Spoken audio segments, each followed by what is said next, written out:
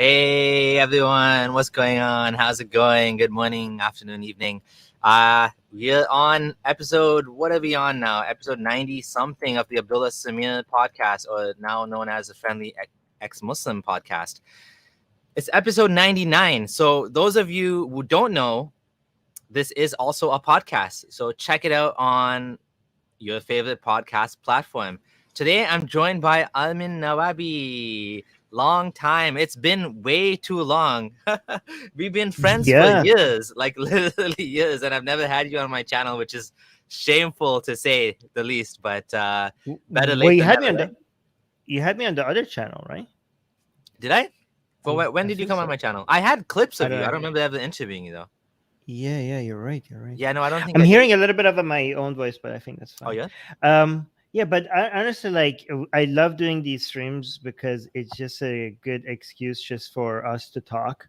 Mm-hmm. And I just miss talking to you. Yeah. So how? And Ali's not here, so I get to talk to you more. So that's good. Usually I talk to you on the Secular Jihadist podcast, and I have so many things I want to say to you, and Ali is just not letting me. So Yeah. So, how are things going with Atheist Republic and all that? Things going well on that end? Well, thanks to a certain someone, which is Abdullah Sameer, who is responsible for us starting the Blasphemous art project. We have, I don't know if people know that it was Abdullah Sameer that basically poked me into blaspheming against Hadutfa. And that's how it all started. Like, he's the first one. Abdullah Sameer posted an art of Sexy Cali before I did. And I was like, Abdullah Sameer is right. We are attracting a whole bunch of far-right nationalists, and we need to be consistent with our blasphemy. So I looked at his blasphemous art that he posted, and I saw some people in the comment section were saying, this is not Cali. This Cali has 2 arms. The real Cali has more arms, so this is not even blasphemy. So I was like, okay, I'm gonna find. Well, that's blasphemy. That's blasphemy right there. Drawing her with 2 arms. Yeah. So you started the Blasphemous Art Project. It started with me like trying to copy you, and then it turned into a huge fiasco. And now we have almost 80 blasphemous art that we're posting every single week, and they're all extremely sexy, extremely gorgeous. And by the way, guys, if you want to see our blasphemous art, do you want to see the latest one? I don't know if I could share the screen. If it's as long as it's clean enough to show on it's YouTube. Safe for work. Like, I posted it on Facebook, so it should be clear. Here, let me show you the latest one. Chrome tab. Where is this? So, no, not share with audio. Here. All right, share my screen. This is the latest version. Okay. Oh yeah. So this is called Lesbians at the Kaaba, and you can see the caption for this one is, when Nadia went to Hajj, she was expecting a spiritual experience unlike she's never felt before. However, she was disappointed when her pilgrimage did not meet her expectation. Then when her eyes fell upon Amina, she experienced divinity in a way she never anticipated. Okay. So we have like that. Yeah. It's like, go ahead. Yeah. Yeah, no, you go. No, I was gonna say, like, are you gonna be writing erotica too? Like, there's a whole novel, graphic novel, or this is just like. Well, like every single blasphemous, every single one of the art comes with this explanation, but the Patreon version of this is like involves a lot of nudity and explicit content, right? Which is only available to our patrons. But the people who are on Atheist Republic newsletter get the Safe for Work version, which doesn't have any nudity, and that's for free. Like, you don't have to be a patron to get this free version. So guys, go to Atheist Republic. .com or to blasphemousart.com, either one. And if you subscribe to our go to actually blasphemousart.com. If you get subscribed to our newsletter, you get blasphemous art, beautiful, gorgeous blasphemous art like this every week. And again, thank you to Abdullah Sameer for helping us start this project. Yeah. So obviously this is not my style, but what happened was, just to explain what happened, this all came down to MF Hussein. This goes back to Richard Dawkins, and what happened was he won an award He won an award for he gave an award to this Indian basically ex-Muslim atheist. I forgot his name now. Do you know what I'm talking about? No. So there's this Indian guy. He won this rationalist award, right, from Dawkins. Did I say Darwin? Dawkins Rationalist Award, Indian. Hold on. Is that the guy who was a skeptic? Sorry. The one with the crying Mother Mary figured out that it's coming from the toilet. That one. Well, his name is Javed Akhtar. He's a famous atheist in India. Javed. Now the thing is, he has a Muslim name. He has a Muslim background, right? And the people I was talking to on Twitter didn't like him. The Hindus, like the people with Hindu background, they didn't like him. They're like, he's a fake atheist. And I said, why is he a fake atheist? Right? That's when I started getting into this whole thing, right? And it turns out, he's a fake atheist because I don't know. He said again, and then from there it went to MF Hussein. MF Hussein is this guy that has a Muslim background who painted some of the gods, right? And he made a picture like a black and white drawing of one of the gods, which wasn't offensive at all. It was actually beautiful. But because he's from a Muslim background, there was like all this backlash. Okay, so that's what happened. Javed Akhtar was saying, he was supporting. He was. I remember what happened. He was against Salman Rushdie. He said Salman Rushdie shouldn't have said that, but he supported MF Hussein. So this was seen as a bit of hypocrisy. Why don't you support Salman Rushdie? And the thing is, sometimes these things become like bigger than they need to be. Like I've been in the same situation before too, where you make a comment about strategy, not necessarily right. It's not like whether it's right or wrong. You just don't think it's a good idea to do this. And then people take it as if you are against that very thing that you're saying it's not wise. You know what I'm saying? Like, oh, we shouldn't burn Qurans. How dare you go against Quran burning? This is all right to burn the Quran. And then I get coined like that too a lot. You know what I mean? Right. Well, for example, when you say this is not my strategy. Yeah. Okay. So that could come across as saying this is not a good strategy, right? But are you saying that, or are you just saying this is not my strategy? Because so which one? I think we need allies doing different things. If we all did exactly what I did, that would be pointless, right? But I think like there's a certain level of defensiveness to what we're doing, because it's seen as too aggressive what we're doing, and it's very interesting because that's exactly what we're trying to tackle. Because why is sex and sexuality even seen as an attack? Like we're not just blaspheming, we're also normalizing sexuality, because the mere fact that people are like, oh my god, this is too much, to us this is not just a blasphemy problem. It's also the fact that people think like sexual things are an insult. Yeah, you know what I mean? It's like a Venn diagram though, like because you have your gods and then you have sex, and when they overlap, that's where the blasphemy occurs to many people, because they see that as like taboo, or but only sexuality on its own is fine. Taboo. No. But the thing is that holiness is seen as something clean and pure.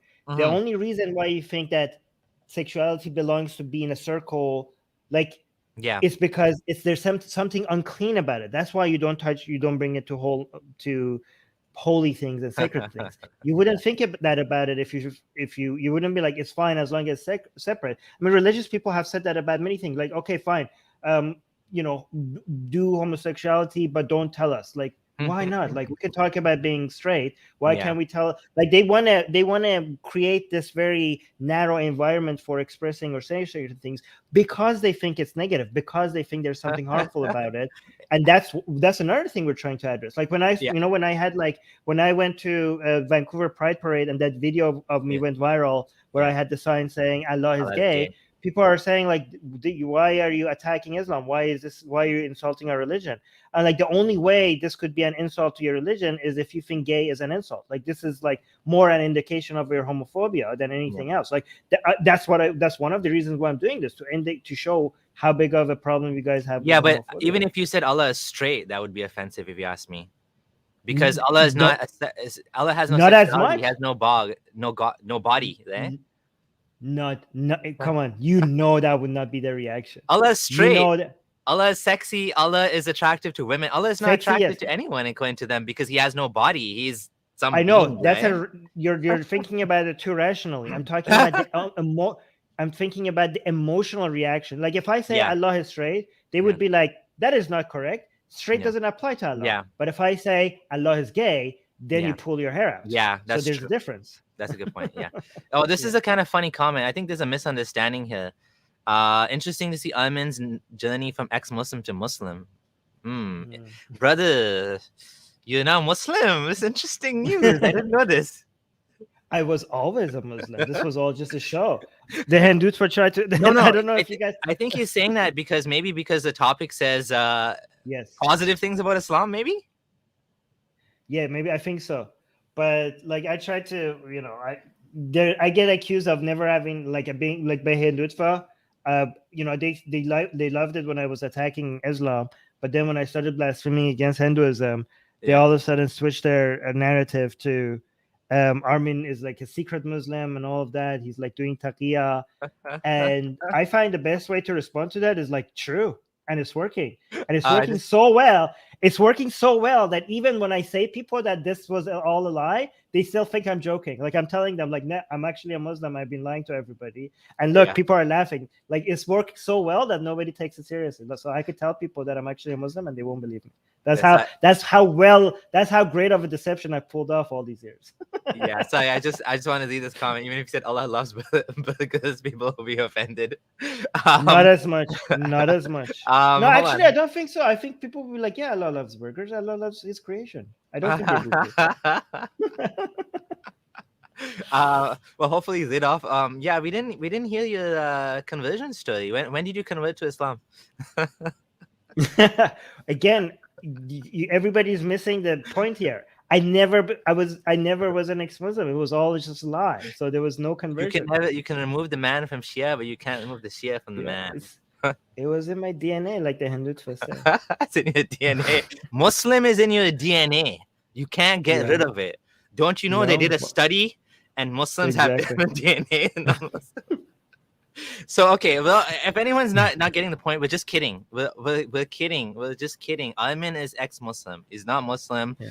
I don't know how Lidoff got that idea, but anyways, yeah. So on to the topic at hand. The topic at hand was you know what?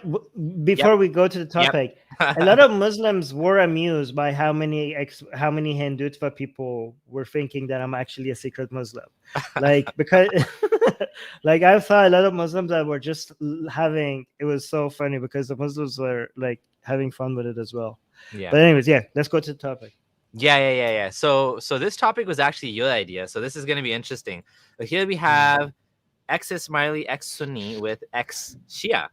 You're an Iranian ex-Shia. I'm I guess Indian. I say I guess because I have so little to do with India now. I'm more Canadian than I ever was Indian because it just never was, I was never in India and the cultural part is so little. But anyway, so we have here two people from two different parts of the world chatting on something that we both left behind, but this is what it's talking about. The reason we talk about it is because it still influences like our world, right? If it didn't influence our world, we wouldn't talk about it. So we want to talk about it. I'm curious to know what you think is good about Islam. What are the good parts? Let's talk about it. This will be interesting. Right. Well, I mean, okay, so there by good I mean what I'm referring to is the utility, okay? Right? Okay. So let me give you an example, okay? Yeah. Is there anything good about studying and understanding Mayan mythology? Do you see any utility in that? Sure. Yeah. Yeah. Do you think the utility, if you acknowledge that there's utility and there's something beneficial in studying and learning about Mayan mythology, if you admit that, does that mean that you are condoning human sacrifice, which is part of Mayan religion? Yeah, obviously not. No. Obviously not, right? Yeah. So what I'm trying to say here is if you look at Islam, right? If you look at Islam as a religion, then I don't see anything but harm. Okay, I don't see anything but harm. Okay, and cost to civilization right now, at least as if you know. But if you look at it as mythology, okay, and historical literature and historical documents that we could collect as evidence and as a puzzle to solve, and learn something from, right? And what can we learn from it, right? So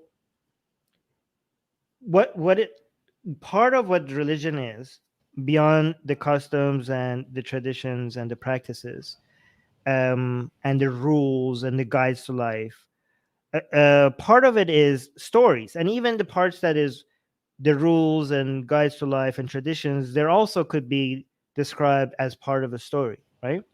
Mm-hmm. But there is there's a question, like, a lot of us ex-Muslims and a lot of people who are, anti-religion activists, right?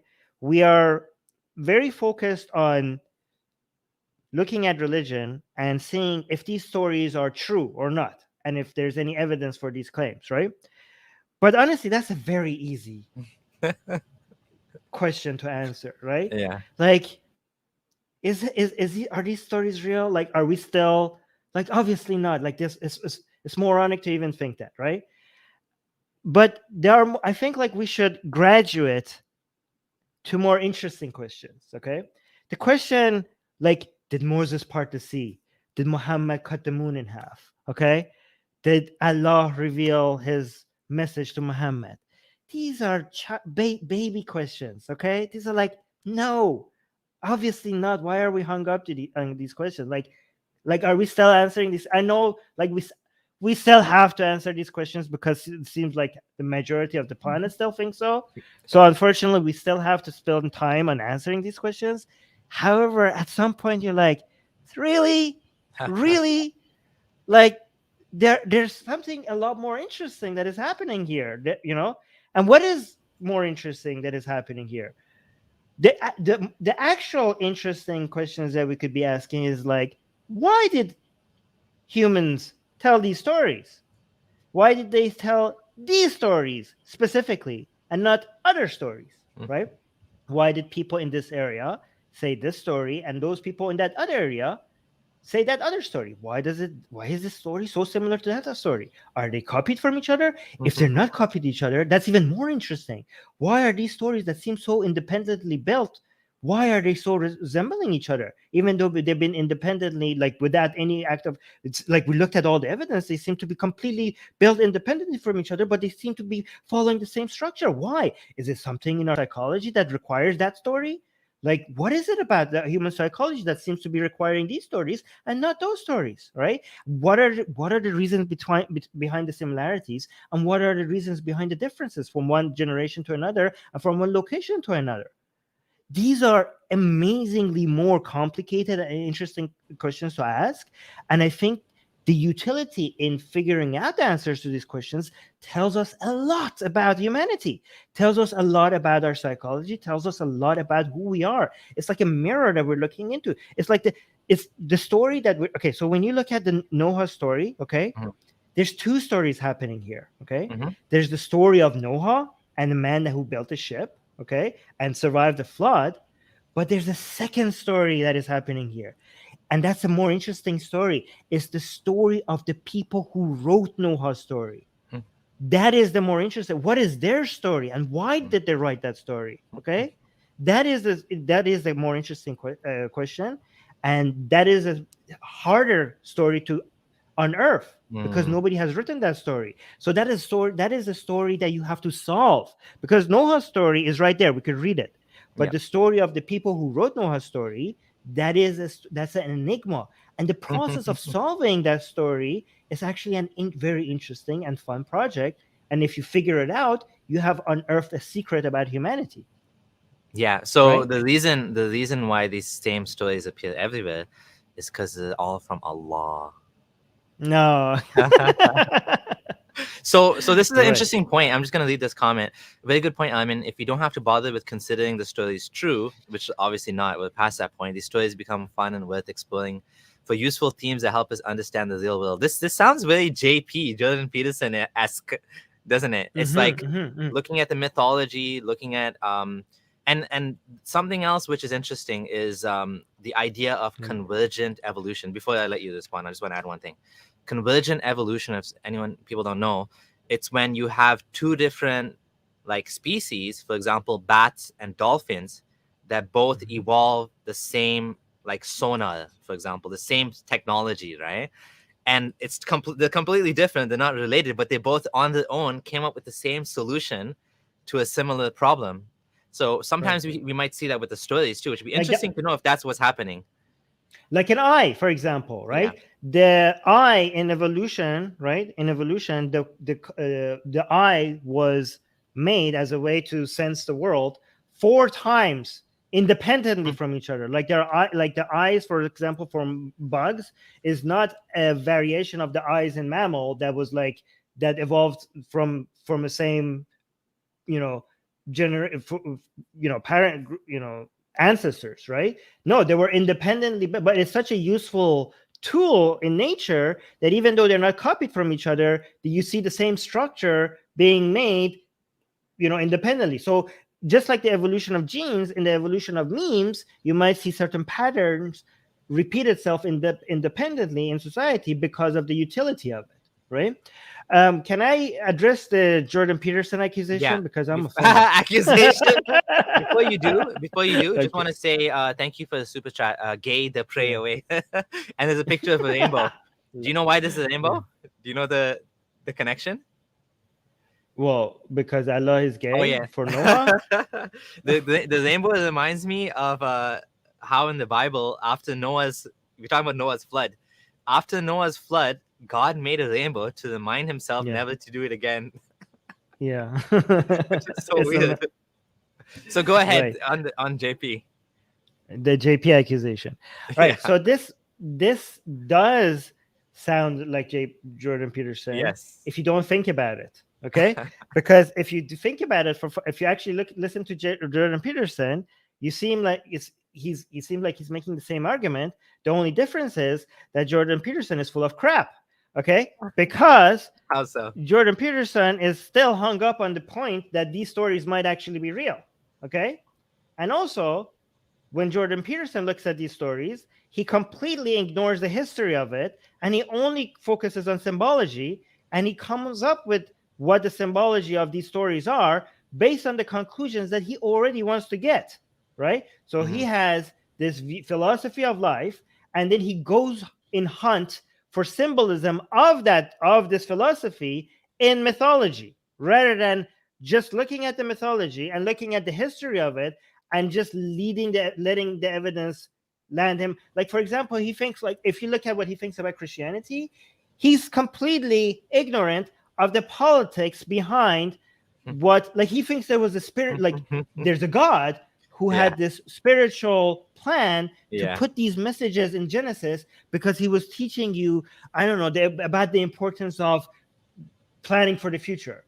Like, no, if you look at the Council of Nicaea and the politics, like, no, these were humans deciding that this belongs here and this is like, if you actually study, like, he's completely ignorant of the history of it, and he's just he's just using his imagination and his creative writing skills to just decide why God, not history, not man, picked one stories, why some evolves lasted over the others, right? Over the others. He actually thinks there's some divine force behind it. There's some consciousness that has behind all of this that make this. Like, he cries about that, the fact that maybe Jesus' story is where the narrative world meets the objective world. So when Jordan Peterson says that Jesus Christ is where the narrative world touches the objective world, that means that he doesn't believe that is just mere mythology.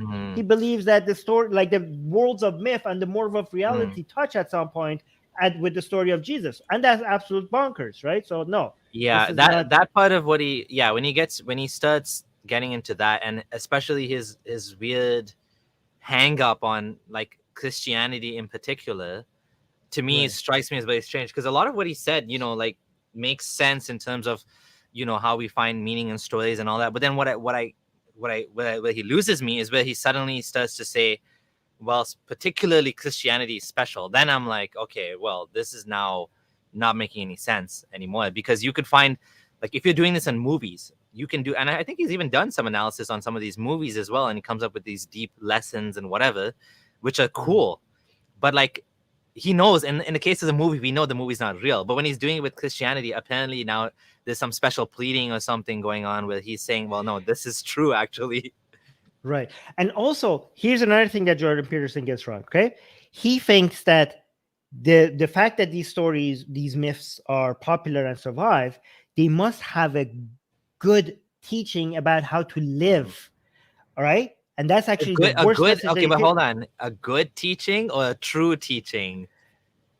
Where he defines true as evolutionarily beneficial, right? Okay. So, but here's the thing. For apparently, when it comes to Christianity, he says like objectively true, like true, okay? But when it comes to other mythology, he's like true-ish, as in useful, all right? Does he say that? Well, he has a different word for it. What is it? So he uses something that is like, what you actually think you used it, like things that are useful but are not true. Like, so he defines true as evolutionarily beneficial. But he has like a word something for that's. He has a word for it. In his debate with Sam Harris, they got stuck on this because Jordan Peterson kept saying, if it survives, it's true. Sam Harris was like, what? No. So he's doing okay. So the analogy that they give for that. So why do you treat things that are useful as true? I'm hoping somebody in live chat mentions the word that they use, because I forgot what the word is. But it's like, for example, like whenever you're holding a shotgun, even if you think it's not loaded, you always just assume it's loaded. And you just believe that it's loaded, so that you're always careful. So this might not be true, but it's such a useful thing to just believe that you will treat it as true. So that's the analogy that they come up with, right? Okay. However, the problem is that even if you want to redefine what is true, that still doesn't apply, because it's assuming that the popularity and the survival of these myths means that they have good messages for how to live. That's not what I'm saying. I'm saying, just because I'm saying these myths are useful and they tell us about something that is worth knowing, it doesn't mean that they have good guides to life, right? For example, if you look at the story of Christianity and other religions, a lot of these stories did not survive because they were the best ways to live. A lot of it has to do with backstabbing, politics, power plays. It's still useful to learn. For example, let's say, when the Abbasid in history of Islam, when the Abbasid came and replaced Umayyads, that changed the nature of Islam and what is Islamic and what's not Islamic. So it's that it doesn't mean what the Abbasids consider Islamic, because that survived now, that is the better way to live your life. No, it just means the Abbasids managed to militarily defeat the Umayyads. So again, learning why certain hadiths, for example, survive and some of them didn't survive, it's useful to teach us something about humanity, but it doesn't necessarily mean that therefore these teachings are good as a guide to life. That's what Jordan Peterson thinks, like, oh, these are mythology that survive, so they're good guides to life. No, not necessarily. In fact, it's very interesting, because Jordan Peterson himself argues that modern mythology is Marvel, like the current superheroes. Like, for example, modern mythology is Pinocchio, Marvel, I don't know, Peter Pan. Pinocchio and Peter Pan are his favorite myths to go to. And he's like, these are popular stories. And why are they popular? If they're popular, they must have messages that are good for humanity. That's his assumption. So, well, this kind of, I don't know, many people didn't notice that but I don't think he even noticed that this backfired on him, right? Because Marvel, which is modern mythology, and the people who write Marvel are the modern myth makers, and the current superheroes are basically the pantheons of gods, like they represent the pantheon. Like, how in ancient Greece and in ancient Egypt they had pantheons of gods. In modern time, to fill that gap, we have Marvel, like we have superheroes, right? Yeah, but people don't believe it's true, though. No, I know, but it feels it satisfies that desire for a role model and something to look up to as like a archetype of what is right and what is wrong. Like it basically, like if you look at if you look at the evolution of superheroes, it tells us something about society as well. Like for example, if you look at Batman, I don't know, 30 years ago, this was a rich man who was come here and save society. Yeah. But if you look at Joker, like now, for example, rich people are not that popular. So if you look Joker, all of a sudden, the person that is like that, the villain, and the person that is like the society's crapping on, all of a sudden, this guy is the person you sympathize with. He's a hero, so like right? this, yeah, he's a hero. So you can see like maybe the fact that Joker is now the hero of a movie, like at least some, not maybe the hero, but maybe somebody you sympathize with, maybe tells you something about the mirror that society sees itself in, right? Yeah. So this is the same thing with the pantheon of the gods in ancient times and stuff, right? However, so what I was getting at is that the modern myth makers, for example, today are the writers of Marvel, for example. Well, the writers of Marvel have decided in our modern times that Jordan Peterson is the devil, or the representative, like, you know, what was his name? The Red Skull, right? Is that the Red Skull? Like, what's that guy's name who's red in Marvel? Red Skull from Hydra. You're talking about the Captain America? Yeah, Red Skull. Yeah. Okay, so I don't know if you saw that, right? No, I didn't. But there was a comic that just came out that really bothered Jordan Peterson. Like he was almost crying about it, right? Oh yeah. He said he like shook him to the core. But like there was a comic that came with about Red Skull, and Red Skull, which is like a representative of like Nazism and evil in Marvel.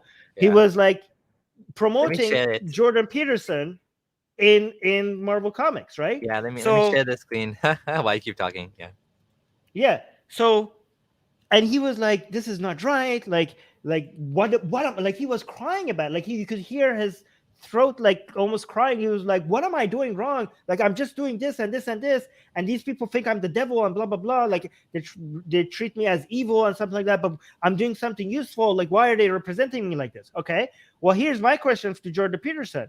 Well, if you don't like this, don't you see that myth makers not always like this is the these are the people who society has deemed as worthy of making our modern myths, and you now see that modern myth makers have deemed you to be the devil of our time. Okay, so what does that? Do you really think that the people who were deciding what is Christianity, what is Islam, and what is Judaism, the people who were deciding what is canon in Islam and what is not, what is canon in Christianity and what is not, do you think they were like these noble people that didn't care about what the politics and the power play was at their time? Like, do you think like our modern myth makers happen to be just better people that myth makers back then? So if you're not happy with the values being represented by the modern myth makers, then how much faith do you have in whatever myth that was decided to be as Islam and Christianity or Judaism or any other religion to necessarily have values that are good for us to follow, right?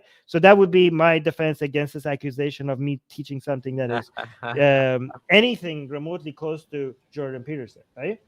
I do it. Yeah. So you want to say anything? No, it's good what you're saying. I'm just thinking that I think his definition of good, I mean, I don't even know, the problem with JP is his words they change meaning. He changes the meanings of everything, every single word he uses. And starting from true, what is true is what is evolutionarily beneficial. And I don't remember, no one commented on the exact word there, but it's kind of a weird way to think, but it's an interesting way to think too. Because all of these religions, metaphorically true. I think that's the word. Metaphorically true. I think that was the word. Is that the word? Yeah, I think. And obviously these religions survived because for particular reasons. In the case of Islam, it has certain characteristics that make it resilient. Being an evangelical religion, having jihad, having apostasy law and / blasphemy law, all of these things make and having jihad. Oh, I said jihad. So these are the characteristics that make a religion spread and grow and continue to exist, because it basically kills people that question it, right? So that would be, according to Jordan Peterson, that would be something that's true. It'd be interesting to actually hear his opinion on Islam, because if according to him, wouldn't it be true then? Well, somebody asked him that, and he said Muhammad is too violent for him to consider that as as his. a He role thinks model or something. Christianity. Yeah, he was like Christianity. He's like, no, just Christianity, nothing else.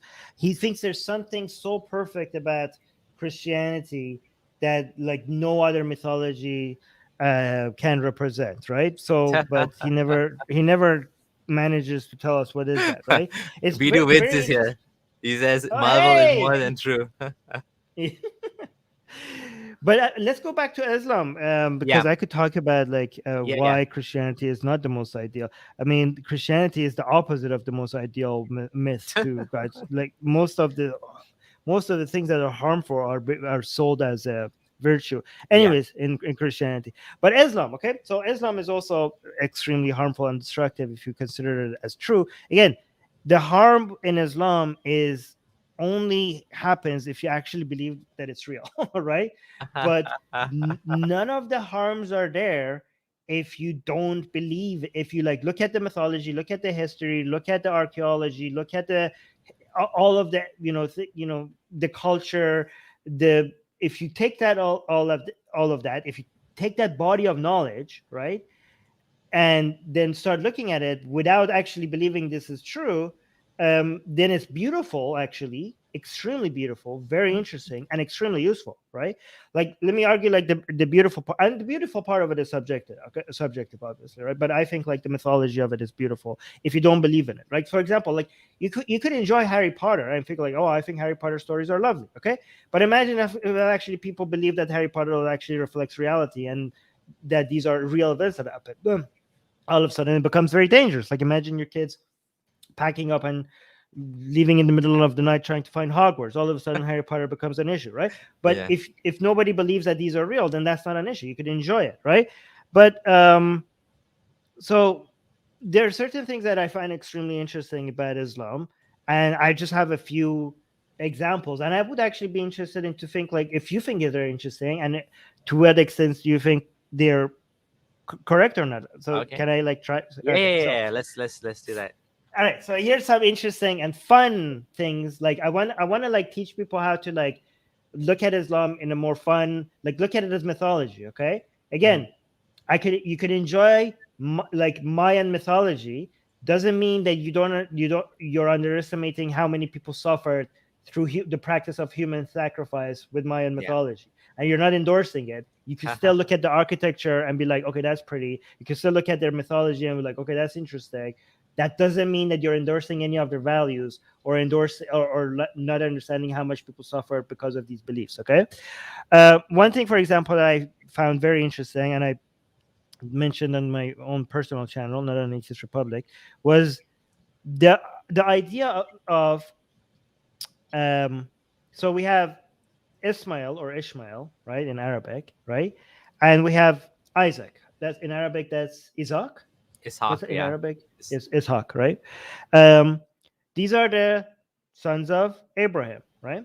So I think most people here know that according to Jewish and Christian teaching, the son of Abraham that was almost sacrificed because Abraham was supposed to sacrifice his son and didn't was, according to Jewish and Christian teaching, it was Isaac that was supposed to be sacrificed and wasn't. And Isaac is basically the person that is all the Jews eventually the genealogy, basically the ancestor of all of the Jews, right? Um, Ishmael or Ismail is the son of Abraham that Muslims believe was supposed to be sacrificed, right? So Muslim believe no, it wasn't Isaac. It was Ismail that was supposed to be sacrificed, and then God stepped in at the last moment, or God's angel stepped in at the last moment, and it wasn't sacrificed. And also Muslims believe that Arabs, the ancestors of all the Arabs, is Ismail, right? So far, correct? You Mhm. agree with this, Yeah, I right? think so. Yeah. Mhm. All right. So the interesting thing is that if you read the Bible, the part in Islamic mythology and Islamic mythology and Christian and Jewish mythology that agree is that Abraham basically listened to Sarah. So Isaac is the son of Abraham's wife Sarah, and Ismail is the son of Abraham's concubine, sex slave, whatever you want to call Hagar, it, yeah. Hagar or Hagar. And it was Sarah who told Abraham, because at first they weren't having any son, and it was Sarah that told Abraham to go with Hagar so that they could have a son, and they had a son. But as soon as they had a son, Sarah was like, I don't like this. I changed my mind. I regret this. Kick them both out of the house. And Abraham listened to to Sarah, and basically kicked both Hagar and his son Ismail out of the house, and they wandered off, right? The Jewish Bible, the Jewish and Christian Bible, doesn't tell you where they went, right? There's a hole in the story. There's a gap here, okay? I think the Christian story, the Jewish story has God helping them at some point, I think, with water or something. I'm not sure. But it doesn't tell you where they went, okay? It says something about Paran. There was actually a discussion yesterday between apostate prophet. He called into this Muslim channel, Hamza's Den, and he was saying this story, something about the story in the Bible, and they were saying, it mentions they wandered in Paran or something, in Becca and Paran. Becca, not in the Jewish Bible, right? The Jewish Bible doesn't tell you where they're going. When? Yeah, right. But the Islamic story picks up that story, and this is a gap in the story, and just adds to it. Okay. Yeah. But it adds to it in the most strategic, interesting, and useful way. Okay. And I'll let you know why this was extremely strategic. Yeah. And the interesting thing is that we don't know if this level of strategy was added because somebody was just being a genius, or it just happened to work, and that's why it stuck. Yeah. Right. Sometimes, like when mythology evolves, is because some people at some point are deciding something politically, consciously making a decision. Okay. Yeah. But sometimes the reason why stories change is because there's a lot of stories floating around, and the one that has the highest utility just happens to survive the most. Yes. And we don't know which. Yeah, that's a very good point. That there could have been 50 other stories as well, but they all died out. It's just the one that happened to be the one that, clicked. Just like evolution works. Like you have like a million planets where life could have started, but it didn't. And the one that did, he's like, hey, like, look, God selected this planet, but actually, in reality, all of them were possible attempts. It's just one of them succeeded, right?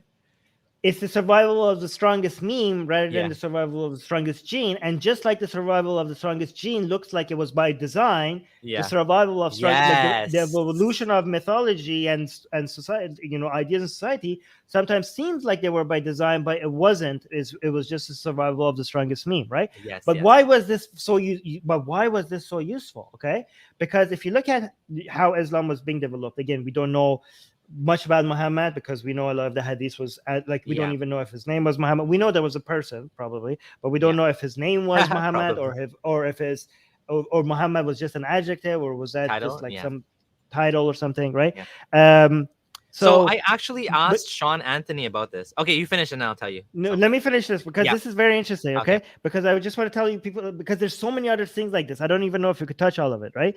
But the reason why this seems extremely strategic is because whoever group of people were responsible for the early development of it, the struggle that they seem to be facing with was the competition between two different ideologies in Arabia at that time, two competing ideologies, okay? And one was the something that was more Arabic, more local for that place, which seemed to be independent from Abrahamic religion. So it was like, we call it like Arabic paganism, right? And this was not a foreign idea, okay? This was like local. It was, it just, it was what people note. I don't know the word. Native. It was native, right? But then the Abrahamic influence was coming from outside, right? So the Abrahamic, like the influence of Judaism and Christianity, and even a little bit of Hellenism, was outside sources of influence, okay? But this new thing that eventually became Islam, again, at this point, like Muslims, if you look at Islamic history, what they tell you was this was Islam, but it was not called Islam for many, many years after. But whatever the early form of it was, it seemed like it needed to have it meant to be Abrahamic, but it needed to keep something close to the root. Like it need to have something local, something native, something Arab identity, because if it was so divorced from the Arab experience, from the local experience, if it was only Abrahamic, it wouldn't sell well, right? So the way that this will eventually turned in the Islamic stories was that Muhammad was praying towards Jerusalem, which was a foreign place, a foreign religion, right? But eventually he started praying towards Kaaba, which is what they had, what was theirs, right? It was something local, was something they recognized as ours. This is something, this was the place that they prayed to, right? But the way the story comes into and connects these two together, because a lot of people think like a lot of people who had local Arab paganism couldn't accept this, because this is not something they could relate to. This was not the religion of their ancestors, right? But the way that Muhammad, what we're going to call Muhammad, but whatever that force was, managed to link these two together, link Muhammad to something the Arabs recognized as theirs, which was the Kaaba, which was their pagan religion, was to bring Abraham from the Abrahamic religion, bring his son Ismail, and pick up the story of the Bible and tell them that where did Ismail go to? Like, okay, so we have the Jewish story. He was abandoned. He was let go by Abraham. Where did Ishmael go? He went all the way down, impossibly so, all the way down, and came to Kaaba. And he's the one who built the Kaaba. So basically, the story is to the Arabs, this Kaaba that you recognize as yours, as your religion, Abraham's son built that. So you are Abrahamic, right? This was a story as a way to link something pagan, something that was truly Arab and truly theirs.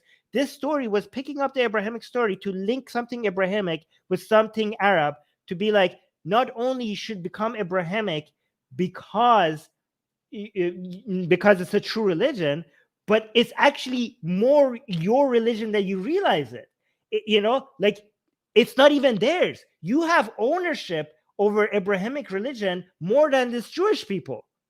Like, in fact, like it's not a foreign religion. It's actually more yours than it's theirs. They had a chance. They had a chance, and they screwed it up. Right? The sons of Isaac screwed it up. We are also the sons of Abraham. The whole story of making Ismail the ancestors of the Arab is to say that just like the Jewish people, the Arabs are also the sons of Abraham. But they got the chance and they screwed it, and we're not going to do that. Okay. Wow, so, that's interesting. Interesting mini lecture there. Yeah. No, that's well said. Fascinating. It's amazing. That's a great way to put some context to that. I want to share. I have many more like this, but for 1 second, I want to share my screen for 1 second before we get back to this. Those of you who are new to the stream, don't forget to like it. Go right to the video and click thumbs up. Thumbs up will help the video to gain more exposure on YouTube. So please do that. Thank you very much. Okay, Armin, that was amazing. That was a great way to connect the two stories. And yeah, not only that, but also the fact that there's a lot of paganism in Islam. Going between Safa and Marwa, we have, hadith from the companions where they were like, you want us to go between these two idols, right? Because there was two idols, right, on the mountains.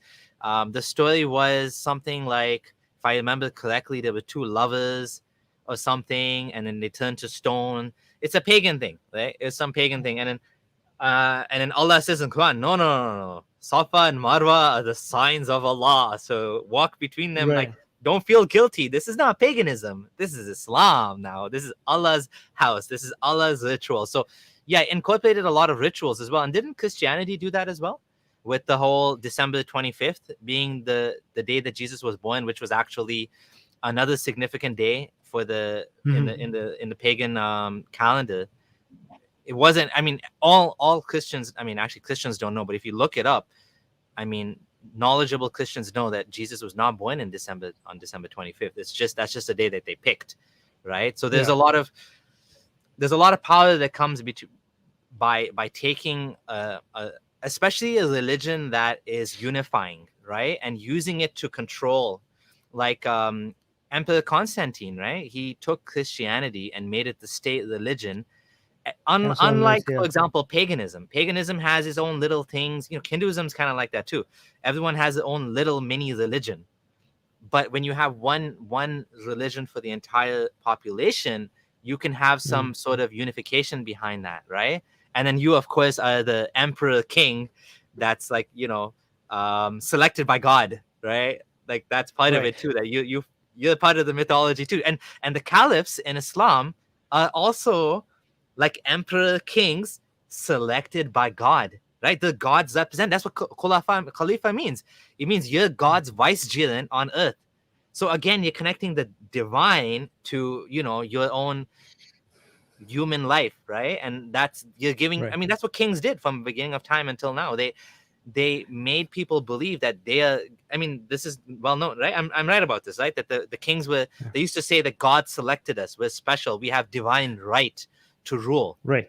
Which of course is not true, but this is basically the branding of your empire. Okay, so but and there's different ways to do this, right? So the problem is that, like, if you look at the history of how brandings of empire were done, it's not very ideal for you to actually be the god or be part of divinity, because the expectations now is going to be like it's harder for you to be the perfect being that you need to be able to convince people. Like if you do that, like in ancient Egypt, you need to build like very expensive temples and pyramids and stuff to be able to convince people like, yeah, I am divine, I look at what I'm building, right?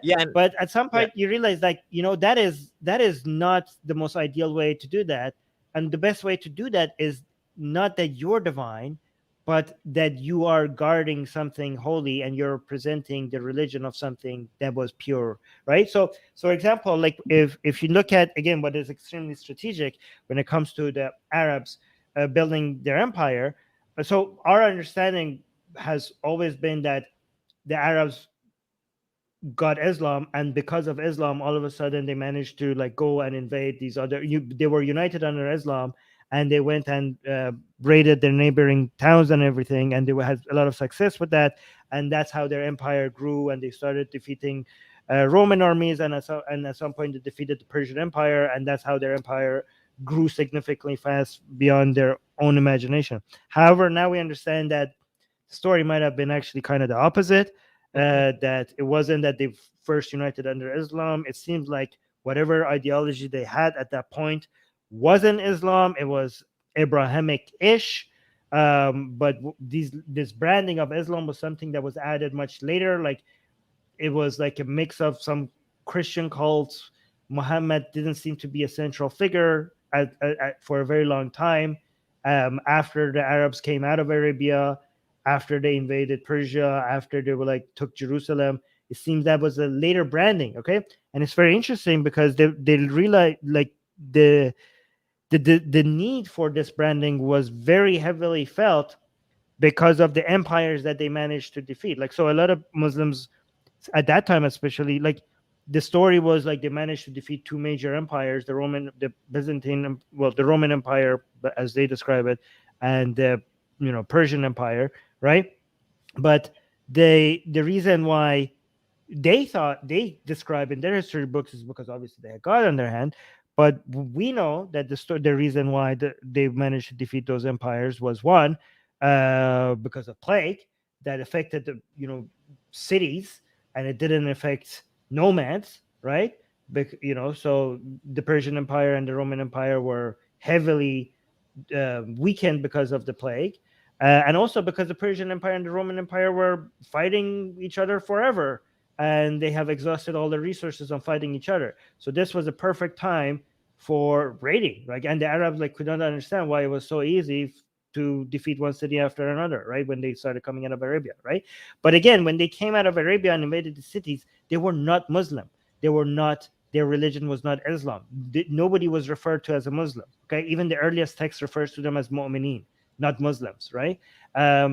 Even until many years after, if you look at the coinage by Muawiyah, there was no text with Muhammad's name on it, and there was no coin with Muhammad's name. It seemed like they had no prophet named Muhammad. I'm not saying there was no guy that united the Arabs, I'm not saying his name was not Muhammad. I'm just saying like it's just bizarre that none of this was there, right? Like you see in the many years later, after under the Umayyad dynasty, you first see like Muhammad's name being mentioned for the first time on the same year on the coin and on the Dome of the Rock. Okay, but the thing is that the need for such a religion at that time was very heavily felt, because you see the Persian Empire, which was very uniquely Zoroastrian, and the Roman Empire, which was very uniquely Christian.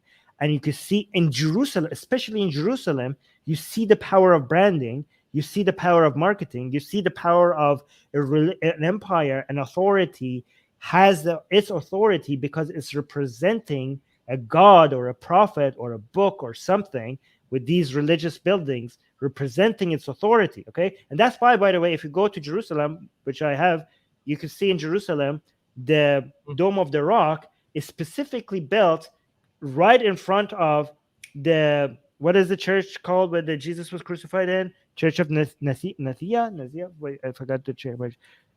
Church that Jesus was crucified in.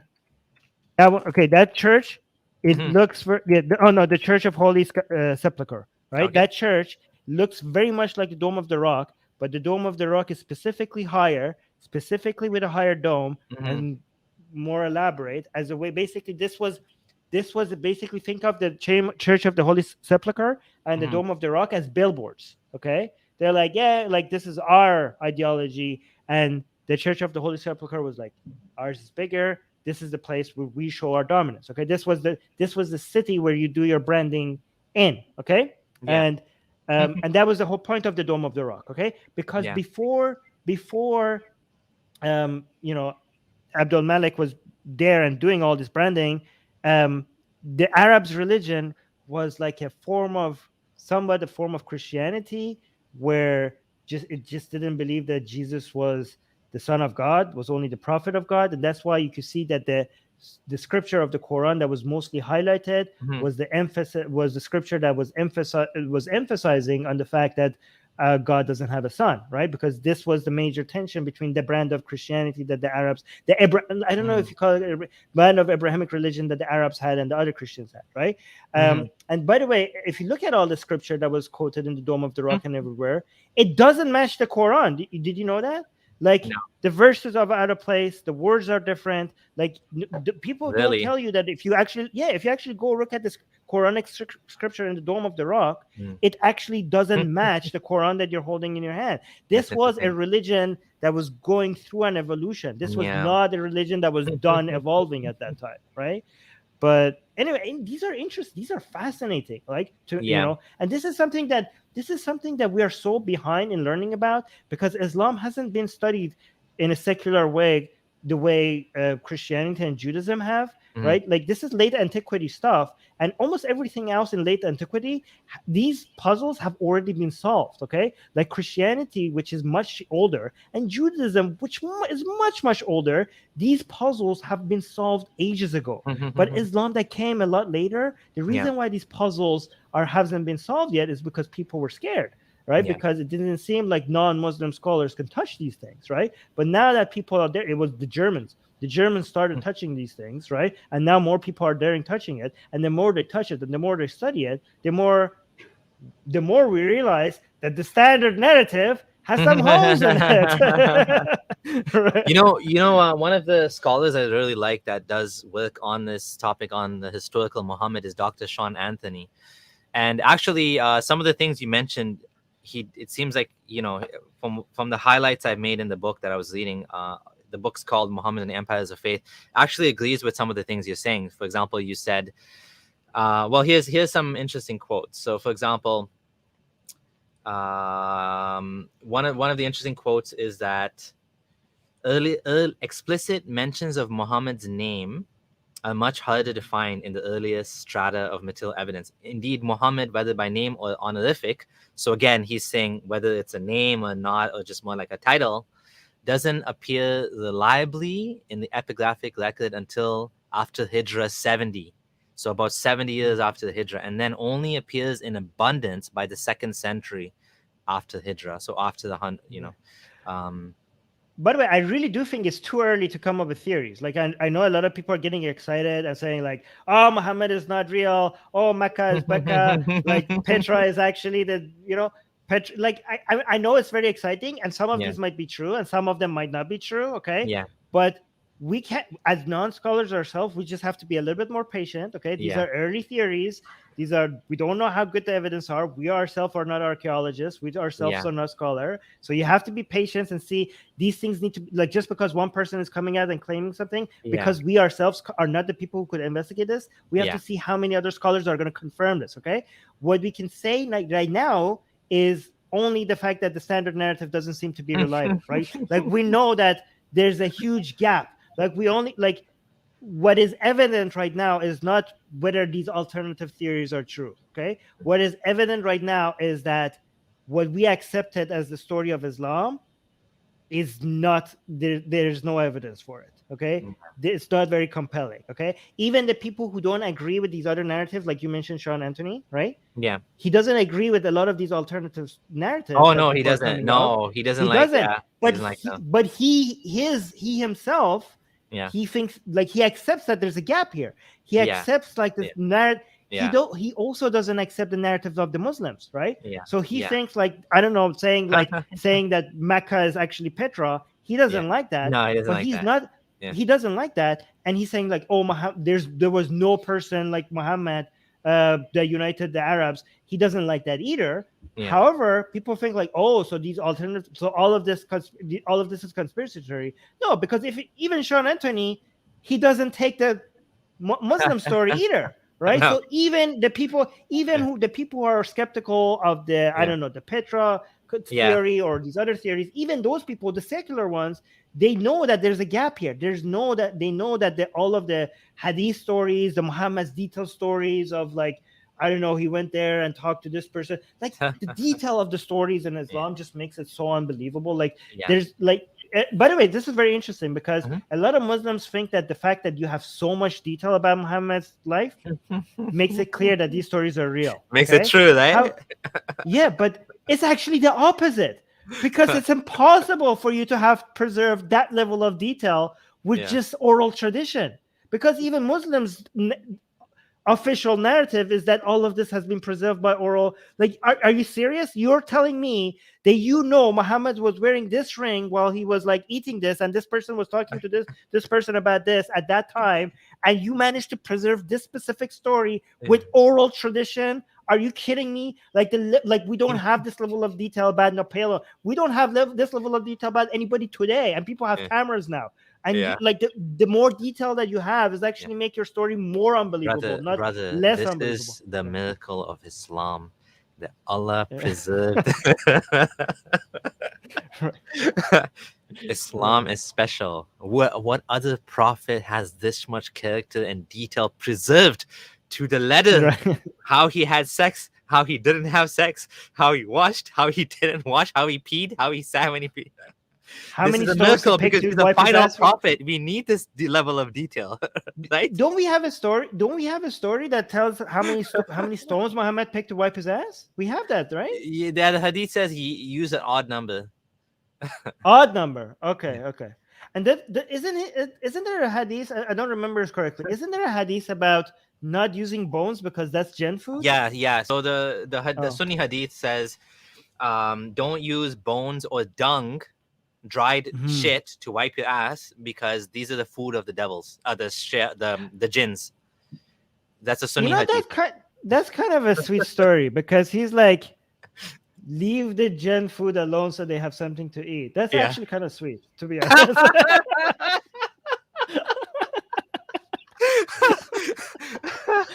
Oh, that's kind of sweet. I thought you were gonna say it doesn't make any sense because it doesn't disappear. He's worried about the jinn. He's like, that's their food. Don't use bomb. They eat that. What are they gonna eat? I thought you were gonna say nobody does that, or like, why sleep? But no, instead you say that's kind of sweet. No. Yeah, you have to. So there we go. Yeah. We finally found a good thing in Islam. Islam cares for jinns, not just human beings, Jesus but ever jinns. Care about demons? Did Jesus ever say like, the poor demons. Is anybody feeding demons? Jesus never said that. Jesus cast them into the sea. Jesus cast, look at this. Christianity is supposed to be the religion of love, and Jesus says, love your enemies, and Jesus casted the demons and he threw them into the sea. But Muhammad is supposed to be the prophet of the religions of violence. He's like, that's Jinn food. That's demon food. Don't you? The only thing is that jinns can be good and bad in Islam. Some of them are good, some of them are bad, right? I don't know what this means, good jinns. Muslim jinns. There's Muslim jinns too, right? Yeah, some of the earliest Muslims were jinns. Because remember when he was in Mecca, he was reading. The story is when he was reading the Quran, the jinns were like, "What is that? Yeah. What? Who's reading that?" And they surrounded, they went around them and this is too beautiful. What is this? And the jinns converted. This was at the time when Muhammad didn't have many human followers, and he had jinn followers. So the jinns were converting to Islam before most Muslims did. Yeah. How much time do we have? Because I do want to talk about some other things. We can go another hour or 45 minutes. Oh, really? Okay, cool. All right. So I do want to talk about reform versus, given all we talked about, given the usefulness of looking at religion as just pure mythology and stories and history and all of that. I do want to also talk about the utility of religion when it comes to its traditions if you strip away the belief from it. Okay? And I want to introduce you to the process of secularization of religion instead of reforming religion. And I think these are the complete opposite of each other, because that I'm very much against reforming Islam, okay? But I'm very much this other thing that I'm calling secularization of religion rather than reforming of religion, which does the exact polar opposite of reforming it, okay? So I think what makes a religion harmful is the belief part, right? If you don't actually believe, for example, think about Christmas, okay? I don't think there's anything wrong with atheists participating in Christmas, okay? Because what makes a religion harmful is not the traditions. If you actually think that Jesus actually was crucified and that's a real story, believe that the stories, the commandments in the Bible are actually commandments by a divine entity, the belief in absurdities makes you commit atrocities, as Voltaire would say, right? But if you strip away the belief, there's nothing wrong with the tradition. You can maintain the tradition if you take the baby. So the problem with reform, okay, is the reform is try to preserve the belief, okay? And the reason why I'm against reform is hey, if we just get these people to do something else, we could keep belief in the supernatural and the superstitious belief and the divine and revelation there, and just get them to behave better, okay? I have a problem with faith as a whole. I think you're not treating the root cause of all this problem. The root cause of this problem is having the wrong methodology to come up with conclusions, right? If you don't provide the people with tools to come up the proper tools to come up with conclusions, there's no guarantee of what conclusions they're going to come up with. You could try to replace these conclusions with other conclusions, but their bullshit radar is not working. Okay, so the faith itself, is at the root that you need to deal with. So one of the main reasons why I'm against Islamic reform is because you're cutting off the branches and leaving the root of all the problem there, right? But what about reforming in the sense of let's say banning FGM? Some people consider FGM an Islamic thing. Some people consider it's not Islamic, but it's obviously Islamic to some extent, right? What do you think? Wouldn't that be the reform? Wouldn't it be a good thing to ban it, or even banning child marriage, even though Muhammad supposedly married a child? Isn't that reform? Isn't that a good thing? No, they are good thing, but they're not reform, because when we're talking about reform, we're talking about changing an ideology. Okay, I do believe those laws should be there, but that's not reforming people's opinions. That's just forcing them not to do something harmful. I do think those laws should be there. But when we're talking about activism as a reforming, we're talking about whether or not, what are we making people think? Okay, so those laws should be there, but that's not part of reform. The process of secularization, I think it's actually useful. Okay, because one of the things that and this is something I had a hard time understanding, and now I understand it. And the reason why I had a hard time understanding is, one, because I grew up in Iran, and second, because I'm an ex-Shia, right? So when I left, my experience with people leaving religion is that I don't want anything to do with this ever again in my entire life. This was a horrible experience. I'm glad that I'm done with it. Okay, because first of all, in Iran, most people who leave Islam are because they're sick and tired of Islam. They don't want, like, they think that this is like this thing has ruined their lives, right? And also because Shia Islam doesn't have anything beautiful. like I mean, Shia Islam is just like the traditions and the celebration. This is about like crying, burning black, hitting yourself. Like we grew up just comparing like Iranian traditional festivals, which was about life and colors and beauty. Like that was the ancient Persian culture, and then we compared it to Islamic culture. It was about crying. Like this was dancing and music and colors, and then we compared it to Islamic tradition, which was Shia, and it was about hitting yourself and crying, and everything is black, and singing these things in Arabic in a very sad way that this is like we don't even understand what it's about. So like when you leave that, and people are like, but some people have this emotional attachment and they can't leave it. And I'm like, what? Who? What? I couldn't understand that, right? But I shouldn't judge what is the best way to leave Islam based on my personal experience, because a lot of people have different experiences. A lot of people, after many years of activism, I came to understand that it's not just about rationally explaining to people like, look, there's no evidence for this. These are claims. How do you believe things? A lot of it is like, this is my people. This is my community. I want to go to Eid. I want to eat. Like I want to do a fasting with my family. I want to listen to this music. This is our tradition. This is what makes me me. This is what makes me part of these people who I love. These are my childhood memories. I can say no to all of this, right? So one thing that we could suggest is that you don't have to. All right. We can suggest the idea of not believing in bullshit doesn't mean that you can't participate in Islamic Eid, right? Just like when people in Christian countries who leave Christianity, it doesn't necessarily mean that they're not going to celebrate Christmas. Yeah, and just so people don't know, he's saying Islamic Eid, meaning the Eid is the celebration that happens twice a year after Ramadan and after Hajj. It's like the Christmas of Muslims. And you could participate in those festive if you want to. You could you could do some of the traditions if that's what connects you, if that's your childhood memory, if that's what connects you to the community, if that's what connects you to the family. Especially like you could see that a lot in Jewish culture, right? So a lot of atheist Jews are completely still involved in Jewish culture, right? Yeah. Like they seem to be living very, very religious lives. And then you ask them, do you believe in God? And they're like, hell no, are you crazy? And they're like, do you believe any of these stories are real? Like, of course they're not. They're like, they're myths. They're myths, I'm like, okay, but why are you doing the prayer? And this is like, well, that's my culture, right? And I think there's honestly nothing wrong with that. Because how could a religion be harmful? How could you convince people to go do harmful things if you think these are just stories? If you don't think that there's a God that commanding you, you could just stop at the things that makes you do harmful things and just do the things that you find beautiful. Just like, for example, when my mom was dying from cancer, when she was in the hospital, right? Yeah.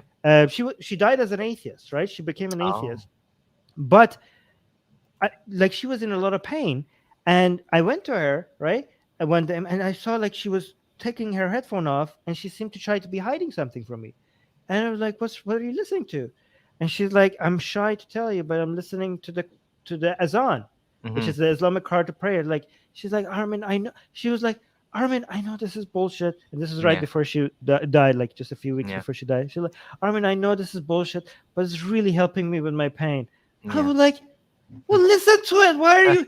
Why would you be ashamed? If it's helping you with your pain, listen to it. Like, I could not understand why she was embarrassed that she was listening to the Islamic call to prayer.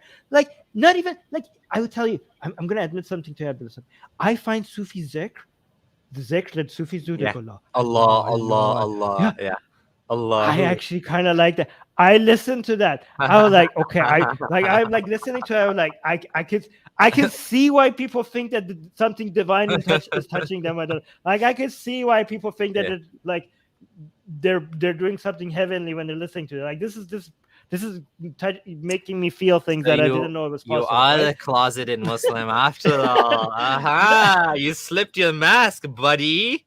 We caught Well, you. I also see that. I also Exposed. feel the same thing. I listen to Christian music, and I feel like that's kind of Oh, interesting. exposed. And Yeah, don't try to weasel out of it oh, by saying you listen to Christian music now. You said it already. I'm gonna change the title okay. of this Oh, yeah. video to I'm not Armin Exposed. as a Fake I'm an expert. ex-Muslim detected. Let me tell you more. Let me tell you more. I look at certain mosques. Yeah. Look at certain mosques, and I'm Yeah. like, that is gorgeous. That is Mhm. gorgeous. Like, you can't tell me that it's not gorgeous. Yeah. Like, I look at it, I'm like, this is peak art. Like look at this, right? I look at calligraphy, Yeah. Islamic Arabic calligraphy, and I want to hang that in my living room. I'm like, yeah, that's freaking beautiful. I want to hang that in my living room, right? I have this weird. It's not really weird, but these negative associations with Islamic art because of what it used to represent to me. So I don't like it. I don't like it. I don't want it in my house. Let's put it like that. Like, look at this. This is in Iran, for example. As a kid, I would look at this and I would want to puke because of its association with Islam. Oh, right? As a kid, you mean when you were after you left Islam? You mean? Well, I mean, I went through hating Islam and then becoming very Muslim and then leaving it again. But as like this represented conservatism to me. Like all of this is like backwardness to me. But I look at it now. I'm like, now that I'm distant from it, and I understand that if your life is being affected by Islam, I'm not saying you should like this. I'm not saying that, because I get to now feel something about this because I'm so distant from it that I'm not being harmed by it, right? So if you have this negative association with Islamic because you are so directly being harmed by it, if you still have that negative association, that is not wrong. Like that's how you feel. But I'm just saying, if you look at this and you think like this is beautiful, that is also not wrong. You know what I mean? Like if you look at this, if you look at this and you say like, that is gorgeous, right? There's nothing wrong with that. You're not endorsing Islam if you enjoy this, right? Yeah. So this is actually a sign of mental maturity that you're actually mentioning here, which is you are now able to rationally acknowledge beautiful things that are associated with Islam. There's a certain period in every ex-Muslim's life where they're not able to do that because they're so, like I just said, like I don't want it in my house. I'm not going to say it's ugly or something. That's weird. That'd be irrational to say that. But yeah, this is a sign of mental maturity that you're able to say, I understand why some people feel this way, but these things are beautiful. There is an argument to be made, though. Now, this is nothing to do with Islam or not Islam. This is an argument to be made. Someone like Peter Singer would make this. Someone that's a strong utilitarian, that this is a waste of money. What would you say to that?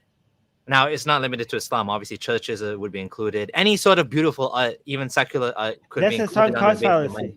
Sorry? Sunk cost fallacy? This is a sunk cost fallacy. Well, because I'm not saying we should build more of it, but it's already there. So it's already there. It's already been spent. Now that it's there, I can enjoy it. Like, don't destroy it, right? Like, it's already beautiful. I'm not saying spend more money and making. I mean, honestly, like, the problem is if it's being taxpayer money, if it gets used to build stuff like that, then I have an issue with it because like, is everybody like wanting this to be built? Yeah, that's not fair. Because why are you building Islamic things in a country where like you're supposed to represent all? But if somebody uses their private money, like it's not a waste of money if somebody uses a private money to build something they find beautiful, right? Like, so it's their like it's a waste of money. Was their money they get to waste it, and also. It is going to somebody who's building. Like, the money is actually not being wasted because somebody is now making money and now they get to spend it on something else. Peter Singer's views are kind of very extreme. I mean, he would argue that I don't want to get into this. That's not the point of this debate. But he would argue that it's a waste of money. $1 million is a waste of money because at the end of the day, you should be feeding people first, and the priorities are all wrong. But I would agree with you over him because I do think that art has its place too. And obviously, like when you get to extreme, like $1 million paintings, then a lot of that is probably money laundering, I would guess. It's rich people don't know what to do with their money. So they just when we have enough data to show when people decided that where money should go based on their decision of what is the most useful thing to do with money, that has broken the economy whenever somebody tried to do that. It's better to let money just flow naturally where it flows.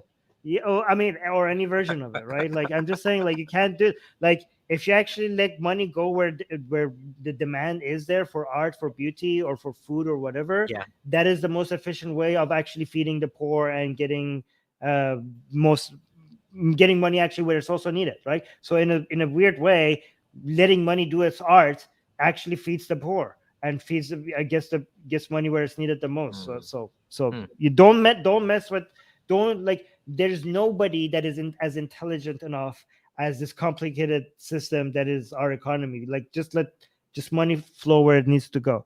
Anyways, but that's a different discussion, because I wanted to mention that not only this is secularized. Okay, so the Reformation is the opposite of secularization, because Reformation tries to change the behavior of the believers in as a defense mechanism to new times, as a way to preserve the faith, right? So they're like, oh my God, these behavior that we have, it's not accepted in modern times. Let's try to change people's behavior so the faith is not attacked. Our goal is to actually attack the faith, right? Like, we're like, no, like, don't, like, one reason why I'm against the reform is because it preserves the root of the problem. Secularization, on the other hand, is like, does the exact opposite. It's like, let's keep some of the behavior that people like, but remove the belief, remove the superstition. So secularization is the opposite of reform. I mean, the way I'm defining it. I'm not saying this is should be the definition, but if you use the definition this way, right? You could enjoy you could enjoy Christmas, you could enjoy your Jewish culture, you could enjoy the mosque, you could enjoy the calligraphy of the Quran, you could, enjoy the Sufi dance. You could go to Eid with your family. You could even go to like mosque and just do the Islamic prayer. Like, you don't have to believe in God. You're just doing it with your family. That's what you do at Jum'ah. Do your thing. Like, if you don't, you're not betraying atheism if you do those things. Okay? If you don't believe in God, if you don't believe in this nonsense, you're an atheist. You're not betraying your atheism if you just take part in the tradition. The tradition, so religion has two elements. Religion is traditions plus belief. The tradition itself cannot be harmful without the belief. The belief is the problem. The tradition, if you like the tradition, if you enjoy the tradition, keep the tradition. Get rid of the belief. What would you say to this comment that secularism has its own set of problems? Well, bring it. Tell me, what's the problem? Well, that's a claim. I'm not seeing an argument. And one thing else I would say, the secularization of Islamic traditions or other religious traditions actually helps with tackling Islam, right? So if you're like, no, Armin, this is wrong, I hate Islam, we need to defeat Islam, well, this is how you do it, okay? Because you can't go as far with just telling people, here's a rational argument for why your God is fake, okay? Again, you're missing the emotional aspect of this, right? If you tell people that you don't have to believe in the superstitious stuff to maintain your tradition, your heritage, your community, it's easier for people to let go of the belief. So in fact, the secularization of these Islamic traditions helps with defeating Islam faster. The Islamic belief will be defeated faster if you don't say that, if you don't tell people that you have to let go of all of this is nasty, all of it. Like, how could you're a fake atheist if you're actually taking part with your family in Hajj? Like, you're a fake atheist. Like, look at what you're doing. No, if you tell people that you get to do all of that, you're actually you're making the process of atheism and more. You're inviting more ex-Muslims because you're not coming up with strict conditions for people to be ex-Muslim. It's easier to be ex-Muslim if you don't take away people's traditions away from them. In fact, this kind of go ahead. No, finish. No, I'm just saying. In fact, this happened kind of similar. Before the Enlightenment in Europe, we had the Renaissance, and if you look at what was the Renaissance, it was partly using religious symbolism in art and music to promote ideas that were not religious, that were even religiously taboo. Do you know what I mean? Like, they use the symbolism of Jesus, of Mary, of God, and other mythology to promote love, lust, empiricism, science, different things that were completely in contradiction to what Christianity was promoting. The Renaissance was an wave of not just philosophical new ideas, but also promoting and displaying that through art and culture in a way that looked very religious, but it was in contradiction to religious ideas, right? So even though those art and all of those beautiful things seemed like religious compared to the standards of what religious was teaching at right before it, um, this was like a new era. This was like these were religious symbols that were being used to promote something that went against everything that went against it, right? So don't be worried about using religious symbolism to promote new ideas, right? Because again, these are just symbols, these are just art, these are just. So when I'm saying like, oh, and this is also what we're doing with the blasphemous art, we went full, right? We went all the way back because, for example, we're drawing Muhammad. Yeah, because we went full circle back to what we're starting on, because our blasphemous art, we're using the Kaaba, we're using hijab, we're drawing Muhammad, we're drawing Jesus, and a lot of these art that we're making is coming with a message, and it's a message that is values that are better than what religion teaches us.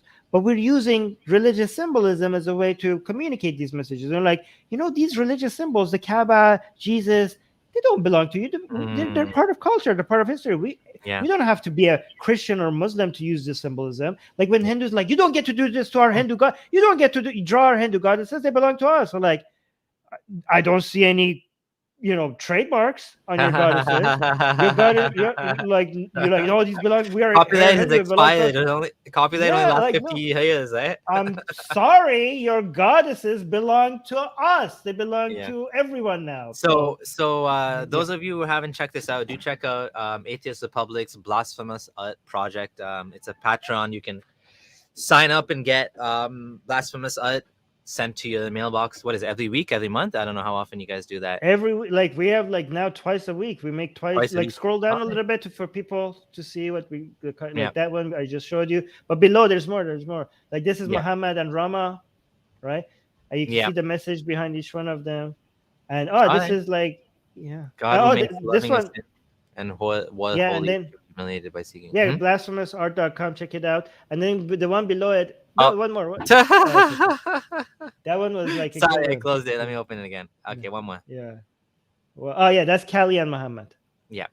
This is the message behind. This is very interesting. Read the caption below it. Muhammad's religion dominated India for hundreds of years, and now the Hindu goddess Kali is giving him a taste of his own medicine.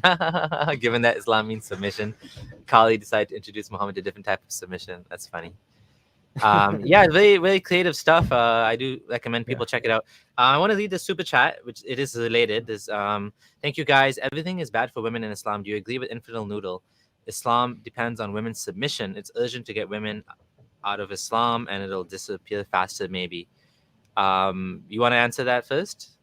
Well, I mean, it's you would expect a religion that was created at that time to be a religion that that treats women as like a commodity. Like obviously it would do that. Like the problem. So here's the thing. Like a lot of people try to make excuses for Islam and Christianity and by saying, "Oh, well, it's a product of of that time. At that time, women were treated like commodities. So what do you expect?" Yeah, it is a product of the time, and that's what you would expect from an ideology that is coming at a time. The problem with religion is that the standards of that time, which is supposed to not be of our time, is dragging it all the way from that time to today, right? So we know, people are like, oh my, well, how do you criticize Islam? This was just the standard of the time. Of course it's like that. Yeah, that's not our problem. The problem is that the fact that it's not just at that time, they're bringing it to the modern time. Like it makes the standard of that time stick, right? It's just like we want to let it go so that it's only the standard of that time, but it keeps bringing it to the modern time. So that's our problem. What do you think about this comment? Okay, there's quite a few comments that I actually want to read, but I want to read this one. Atheism does have its problems. It's not human. I think he means it's not natural, as man is religious by nature. What do you think about this? This is kind of like a Jordan Peterson argument again. No, okay. So I agree that it seems like I think we all evolved for religion because religion has been a big part of humanity for thousands of years, and it's been adaptive to have those common shit. I mean, Yuval Harari talks about this in *Sapiens*, how this belief in a common entity or deity or spirit was something that was unique to Homo sapiens, right? Right. No, so our brain has evolved in a way for it to have some certain inclinations that makes a demand, a desire for God natural. Okay, like we have our brain sees agency where agency doesn't exist.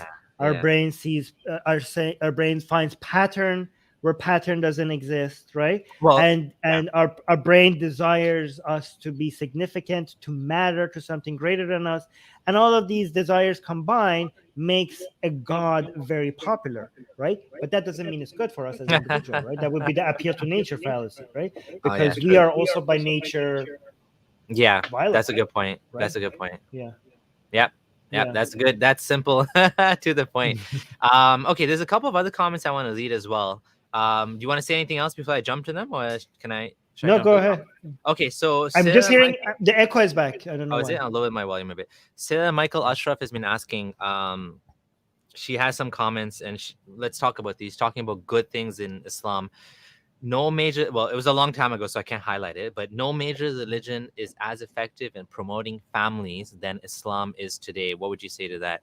Now we're trying to be like we're trying to be positive about Islam, right? So this is the context. This is not a Muslim commenting. This is more like, are these like these are actual benefits of Islam? What would you say?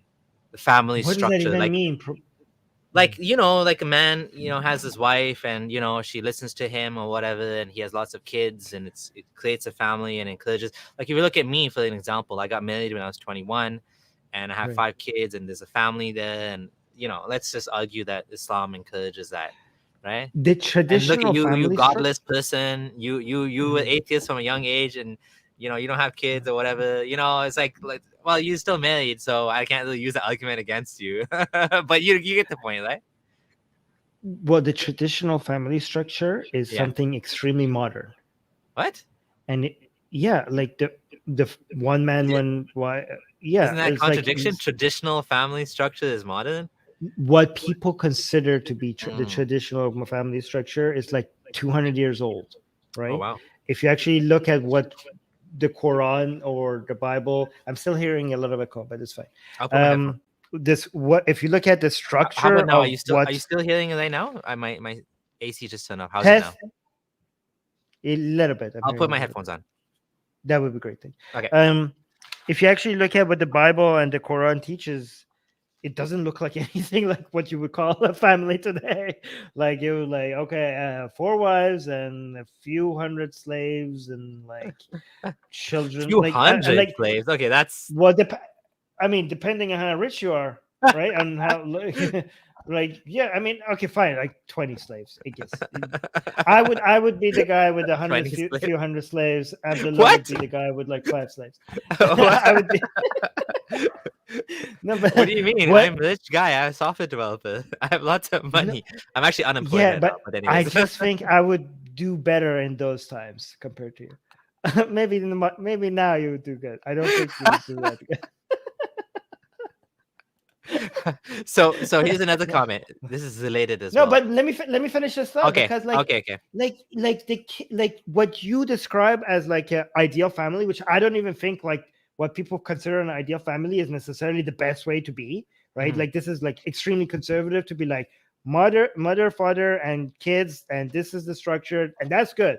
Says who, right? Like, you could play around with different alternatives. Like, most of history, that it wasn't like that, right? Most of history, it was like a whole bunch of everybody's kids was being raised by everybody in a goddamn village. Like, that's what most of history was like, right? It wasn't like father comes home from a day of work and mother is making breakfast and they kid like daddy is home. That is like this modern conception that we have a family. I'm feeling like, oh, this is great, this is conservative, this is like, that is so new. Like, it wasn't like that. It was like, this is a village, kids are everywhere and everybody's raising the kids together, and the dad is not here most of the time because he's like at war or he's like trading, which means he's He's away 7 months away, or he's a farmer. If you're lucky, he's a farmer. That means he's there, but he's probably not making much because he's like, if he's a farmer, like these are like the idea that people are like, oh yeah, Islamic or Christian teaching gives us the family structure. You guys are completely like,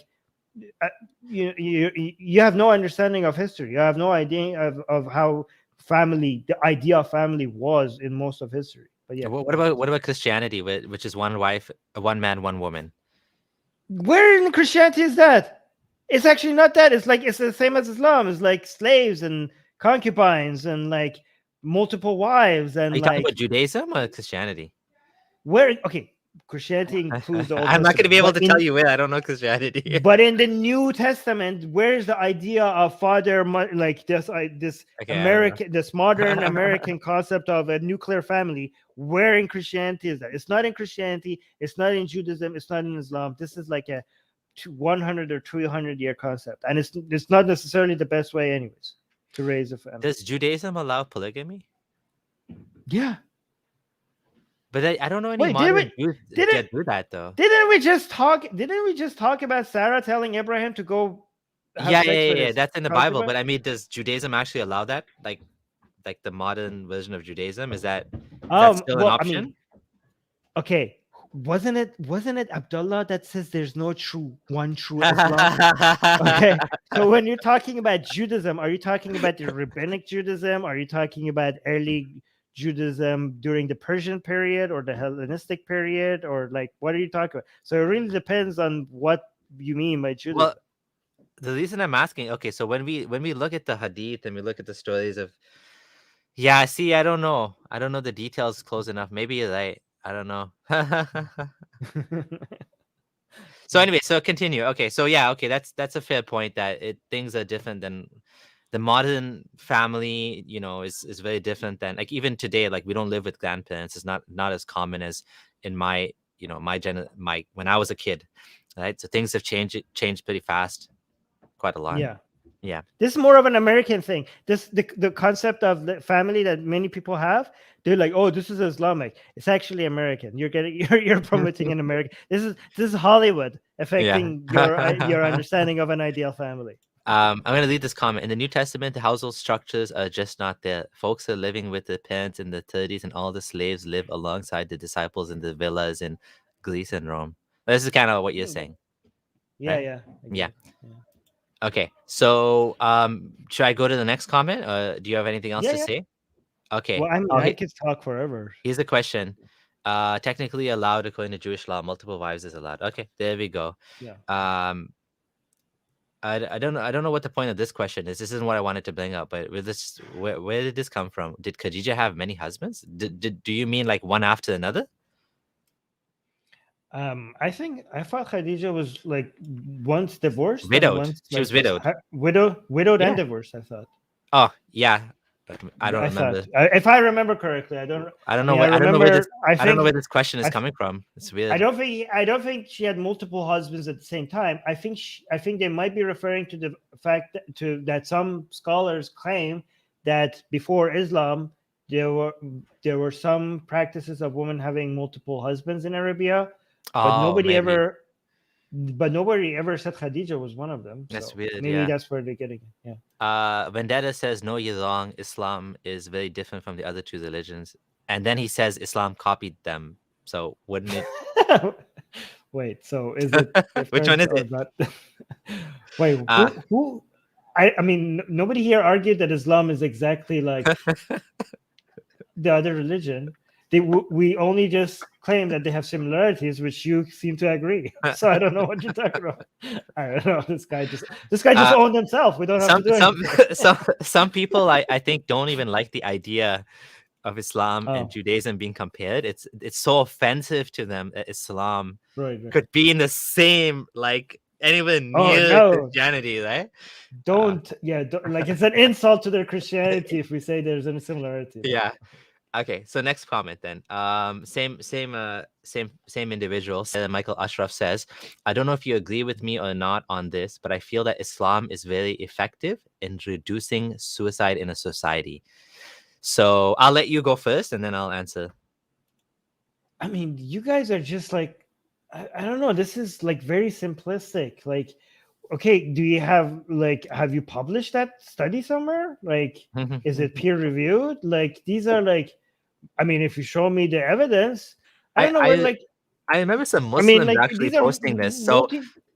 So I Okay. actually think this might be true, and the reason for that is because Islam says that if you kill yourself, you will go to hell forever. So, and I don't know, Christianity also, Oh. makes it bad or whatever. So, from my perspective, this is my perspective on the matter. Let's just say it's true. Let's give that a pass. Let's say, okay, atheists kill themselves more than theists.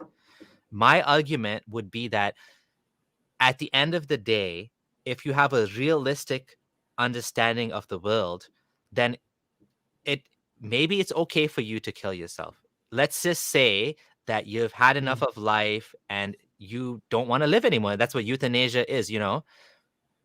I don't want to sound like cruel. What I'm saying is we should help people to try to find the best in life and to enjoy their life and to make most of life. But let's say you're in a miserable situation and there's no way out. You have some chronic disease, you have some issue that cannot be solved. It shouldn't it be your choice at the end of the day what to do. Now when you change Yeah, that I think I agree. situation, when you change the situation and you say, well, the alternative is even worse. You think life is bad now. Okay, wait till you kill yourself. Then that's when the real suffering starts. So now you're basically forcing people to suffer it out. Whereas Yeah. maybe they don't want to suffer it out. Now, I don't believe anyone should kill themselves. I think that life is good and beautiful, and we can I try think to that should help be an people. option. I I think that think it should be should an be an option. option, but we Yeah. should try to help people to not take that option. But it should be an option at the end of the day. Like, I Yeah, wouldn't and want I don't. anyone I know to kill themselves. I wouldn't want that. I think Yeah. that creates a lot of pain in people's lives and stuff. But like, there's many cases where it is I okay mean, too. it's their body, it's their body, their choice. I think, and I think like no, I'm serious. I think it's their No, body, I'm their laughing choice, and I because think their like body, the choice is usually used for the yeah, opposite. That's why I'm laughing. I know. Yeah. No, but I'm also thinking like if you manage to make somebody not commit suicide because you give them false information, they're not That's making the true. best decision. They're Exactly. not making the best what is best for them. Exactly. They're suffering more because they have false information. So you're increasing their suffering. So Exactly. And yeah. to me, honestly, like I wouldn't want someone that's like, let's say one of my parents was miserable and they just didn't want to live. I mean, if it was my kids now, I would do anything to stop them because they're my kids. But like, when it comes to like someone that's older and lived their life and they've had a good life and they want to choose when they want to die, that should Right. be their choice. I'll give you example. I'll give you some more context. My grandmother had Alzheimer's. Now, maybe she didn't want to go through that because the last couple of years of her life were not good. Like, they were not good. She didn't recognize her own kids. She didn't even recognize herself. It's so weird. Like, in the mirror, she was in my mom's washroom and she's asking my mom, who's that lady looking at me? She didn't even recognize herself. So I don't know what she's experiencing and whether she wants to live or not. But like, say that I get Alzheimer's in my family because it's in my family. And let's say I get to the point where I decide that, hey, if I ever get to that point, I don't want to live. And I want to take euthanasia. That should be my choice at the end of the day It because should be. Yeah. that's my choice. Like, if I don't want to live, like, why should I be forced to go through that? And Alzheimer's is kind of a complicated example because we don't know like what they're experiencing. If it's something like more obvious, like ALS, is it ALS, the one where you lose control of I don't know. the ice bucket? What's the ice bucket challenge? That I disease. have no idea. Anyways, Yeah, this is I don't disease know. that it's in my family as well. Is it ALS? Yeah, I think it's ALS. Yes, ALS. So basically, you lose control of your muscles, you become paralyzed, and eventually you just die. So Oh. I saw a beautiful documentary about an individual that um he said that if I ever get to the point where I can't go to the washroom by myself, I want to die. I want you to give me euthanasia. But then he changed his mind and he was able to cope with having a service person to help him, like a nurse to take care of him and wash him, and he was okay with that. And he was fine. And he said, if I can ever get to the point where I can't communicate, I want to die. And then he just died before he got to that point. But the point is, he was able to choose for himself when he wanted to live and die. Right. And sometimes maybe you want to go when you're still able to. You're not like, there's a certain point, I think, where everyone, it just becomes not worth it to live anymore. And there's nothing wrong Yeah. with that, right? They call death with dignity. Like some people don't want their last memories to be like them the worst possible mind, right? Yeah. And actually, let me give you two examples as well, right? And these are just like our personal experiences, so this is anecdotal. We don't come up with the conclusions based of this. This is not an argument, this is just sharing experiences, right? My mom, for example, when I just mentioned to you, she really wanted to die earlier than she did, and that option was not available to her. And after she died in Canada, then we now have a new laws makes death with dignity possible. Death with dignity is basically assisted suicide, right? And I'm sad that option was not available to my mom, because my mom suffered needlessly. She really wanted to die, go much earlier than she did. Oh, and an interesting thing about when she was because she was in a lot of pain, and I remember her telling me this is actually interesting. She was on bed, and she was one day, and I was sitting next to her, and she asked me, Armin, do you really, really think that there's nothing after we die? And then I told her, yeah, that's what I think. And she was like, good, because I'm so tired. So, but okay, so another experience, I actually tried to commit suicide. So I have some experience with this. And I tried to commit suicide because I believed in Islam. I'm not saying this is proof of anything. I'm an odd case, right? Yeah. But in Islam, as a lot of you know, if you commit suicide, you go straight to hell. However, if you die as a child, you die sinless, right? Yeah. So I was like, hey, there's a contradiction here. If I commit suicide, yes, committing suicide is a sin. Yeah. But you can't sin as a child. Yeah. Yeah, you can't sin as a child. So wait, is suicide a sin if you do it as a child? And I checked with my religious teachers, and they're like, no. I'm like, okay, so if I die sinless as a child, I go to heaven, right? I'm like, yeah. So I jumped out of the window just to make sure I go to heaven, because they're like, I'm not gonna wait around to see if I'm an adult to see if I'm gonna go to heaven or hell. This is the most guaranteed way to make sure you go to heaven is to commit suicide when suicide is not a sin. Yeah. As a child, and I die sinless and I go to heaven. So I jumped out of the window of my school building, and I broke my back, both my legs, my left arm.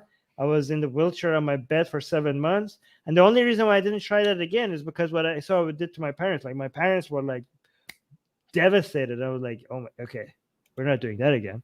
Yeah. But yeah.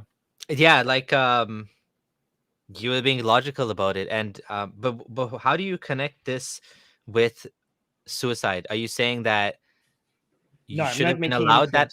No, I'm not making any claims about anything, because I am this is just an anecdotal, it's not representative of anything else. I'm just a weirdo. I just think differently. Somebody in the live chat is saying that's stupid. Honestly, that's not stupid. I still, as an atheist, I still think given the premises that I was given, this was a logical conclusion. The problem was not with my logic. My logic was perfect. Okay, I will still say that my logic was perfect. The problem was the premises I given to. I applied perfect logic to false premises. And if you apply perfect logic to false premises, you're going to most likely get a false conclusion. So the problem was not with my logic. The problem was, and that's actually the problem, but this is why I'm against reform, right? Because people are like, oh, let them keep their superstition. Just maybe we could encourage them to get the better conclusions. No, if you start with faulty premises, if you apply good reasoning to faulty premises, you're going to get bad conclusions. The only way Islamic reform works, with starting with wrong premises to get good conclusion, is to use bad logic. So part of Islamic reform is encouraging bad logic, because bad logic is the only way that you could get good conclusions out of Islam or any other religion. Yeah. So Smidley in the live chat says Armin thinks he has perfect logic. No, Smidley, I know that I have perfect logic. I don't think that. I know that. I mean, it's a fair point. I mean, what you tried to do, and I actually kind of discussed this with my parents as well.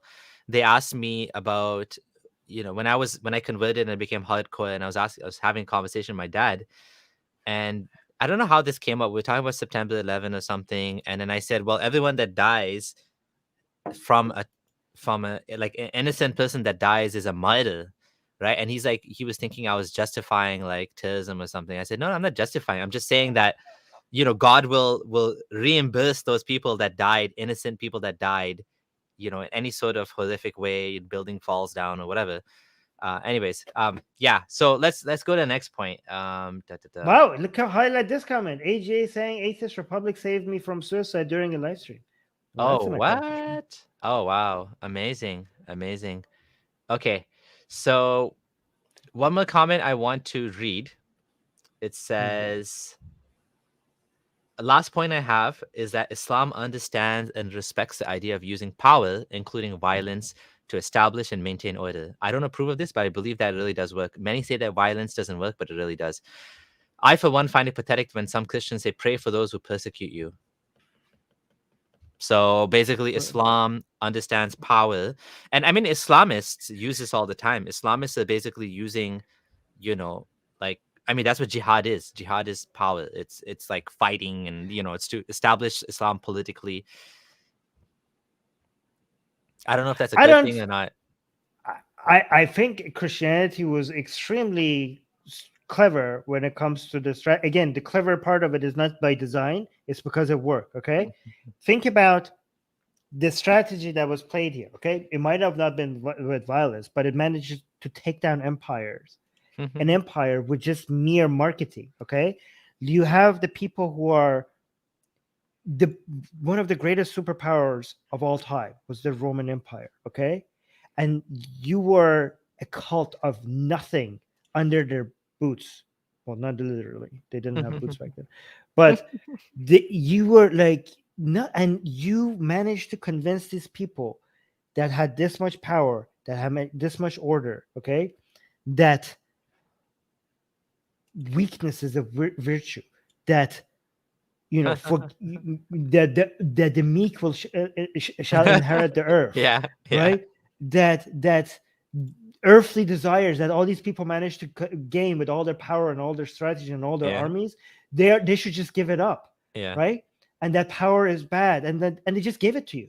Right, and these Christians who were just being, you know, I mean, they say they were being fed to lions, but they were so pathetically small that they weren't even being fed to lions. That's just like Christians exaggerate this. They were nothing. Okay, but through the mere power of marketing, they managed to replace the Roman gods, right, which were the copies of the gods of Olympia, right, and ancient myths and religions and branding that had dominated the Hellenistic ideology that has taken over all of the civilized world except China. Okay, you managed to come up with a certain group of ideas that it just took over Rome. It brought an empire to its knees, and it just took your ideology. Like, what set of ideas you came up with that managed to so effectively and so fast not only replace whatever the Roman ideology was, which was not just a religion, by the way. It was a complete bureaucracy and process and policy, and like the Roman philosophy was independent from its religion, right? You had Stoicism, you had what was that other guy? Epicurism, right? And you had systems of government and everything, and you have to like really nail it perfectly to not only be able to come replace all of that and dominate all over that, but also to demonize everything that was before it, right? So they went, like, the word atheist, by the way, was first recorded in history as a way for Romans to describe Christians, okay? And within such a short that was the first usage of the word atheist, because they didn't believe in the Roman gods. Within such a short amount of time, that same word was now being used to describe Romans, because now the Christians were in power and these pagans didn't believe in Christianity. Okay. Yeah, and even Muslims were called Sabians. They used to call them Sabians. Right. No, but the speed at which Christianity took over and became the dominant religion, and everything else, it became so dominant that everything else was called pagan. Like, it wasn't like, oh, Christianity and, Roman and Egyptian and Hellenist and Greek, like, no, pagan. It was like Jesus and everything else. Like, and it was the de facto religion, and everything else was just like this weird thing. And they started treating, and also all the conspiracies against Christians. You know how like this Q stuff is coming? A lot of this has rooted into the way Romans were describing Christians as this weird death cult, this weird like conspiracies against like Jewish and Christian cause. And it's interesting because the same conspiracies that were being used against Christians as this like weird like death cult, when the Christians came to power, they actually stole them. They stole the conspiracies and they used it against paganism. And like, oh, these pagans are like blood drinking, blah blah blah. And it's so interesting because that's what the Romans were saying about them, about anything Jewish related. But anyways, actually, the first person that very well described how perfectly this ideology of Christianity managed to turn weaknesses, like basically Nietzsche. It was Nietzsche who introduced this idea that these were people who were the lowest of the low, the weakest of the weak, and they had these people that are elite and they were in power, and because they couldn't defeat them, somehow they managed to convince everybody that all the things that makes them weak and pathetic is actually virtues, and all the things that makes those people great are actually vices, and it's what makes them evil. And for some reason, it's sold. And all the Romans are like, oh, here, like it was like this great empire was like, here's our power. Okay, this weird cult that is telling us that we're all sinful and pathetic and worthy of nothing other than through Jesus.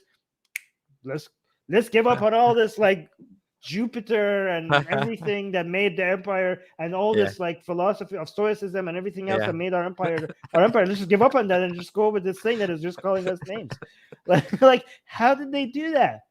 I mean, Nietzsche was and like polytheism is probably much. No, one thing is that a lot of people think Nietzsche was like talking about Christianity this way as a way to like condemn it, but Nietzsche also had this bizarre admiration for how successful Christianity was to bring down an empire like that. Like it wasn't just like hating on Christianity, it was like thinking Christianity is like a trick that makes weakness seem like it's a virtue, but it's also impressed like, well, how did it do that? Like Nietzsche himself was very impressed. Like it was like an enemy that it respected. But go on, what were you going to say? I was going to say, like Ken Armstrong actually argues that polytheism is much more tolerant. When Judaism came around and Christianity, it wanted to, this jealous God idea, and of course Islam, it's fiercely intolerant to all other religions. Whereas polytheism tends to be, more like, okay, yeah, you worship your God, we worship our gods. There's lots of different gods, it's fine.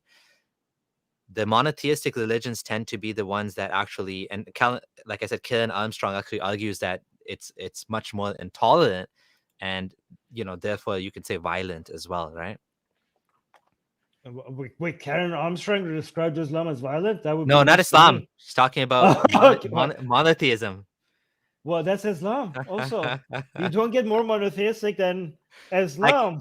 Wait. Yeah, I could share the quote, but we're running out of time, so I won't find the quote now. I want to read some comments. Catch her. You're like, hey, Karen Armstrong, you sound very Islamophobic by describing like seriously, like which religion gets more monotheistic than Islam? Like it makes Tawhid a major obsession. I actually like her. I like Karen Armstrong. I like her book, History of God. Yeah. And the History of God is good, but her book on Islam is like so much propaganda. I didn't get to in History of God. I didn't get to the point where she gets into Islam. So the book is kind of long and a little bit boring, to be honest. So it's kind of hard to. She has books specifically on Islam, making excuses for Islam. Here. I found the quote. You know what? Let me just share it because. Oh, I found the quote. Just give me a second. I just want to share it on the screen because it is kind of cool to see this. Kindle, your highlights. Okay, here we go. Let me just make sure I have nothing showing that I'm not supposed to show. Okay, so today we have become so. Let me just zoom in a bit. Yeah, by the way, I'm not one of those people that if somebody says something I don't like, I'm going to dismiss everything else they say. Like there are many people that are like, are you serious?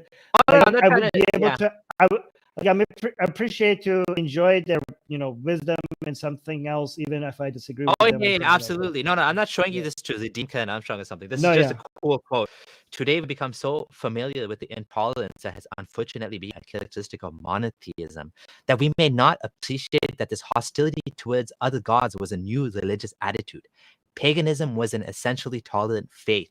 Provided that all old cults were not threatened by the arrival of a new deity, there's always room for another god alongside the traditional pantheon, right? So basically, she's seeing that, like, the prophets of Israel, she continues saying, were unable to take this calmer view of the deities that they saw as Yahweh's rivals, right? I mean, this is like, she says it well. Like, this is right on, right?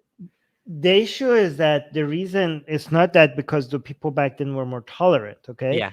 The reason why religions that were not monotheistic were not as, they were political, but then it was Yahweh from Judaism that introduced worshiping other gods as a betrayal politically to a nation, right? Oh. The thing is that, but it's not like those people from those other the people with the religions that had multiple gods. It's not like they were tolerant of betrayal. Like, you know what I mean? They would just like still come down on you extremely harshly.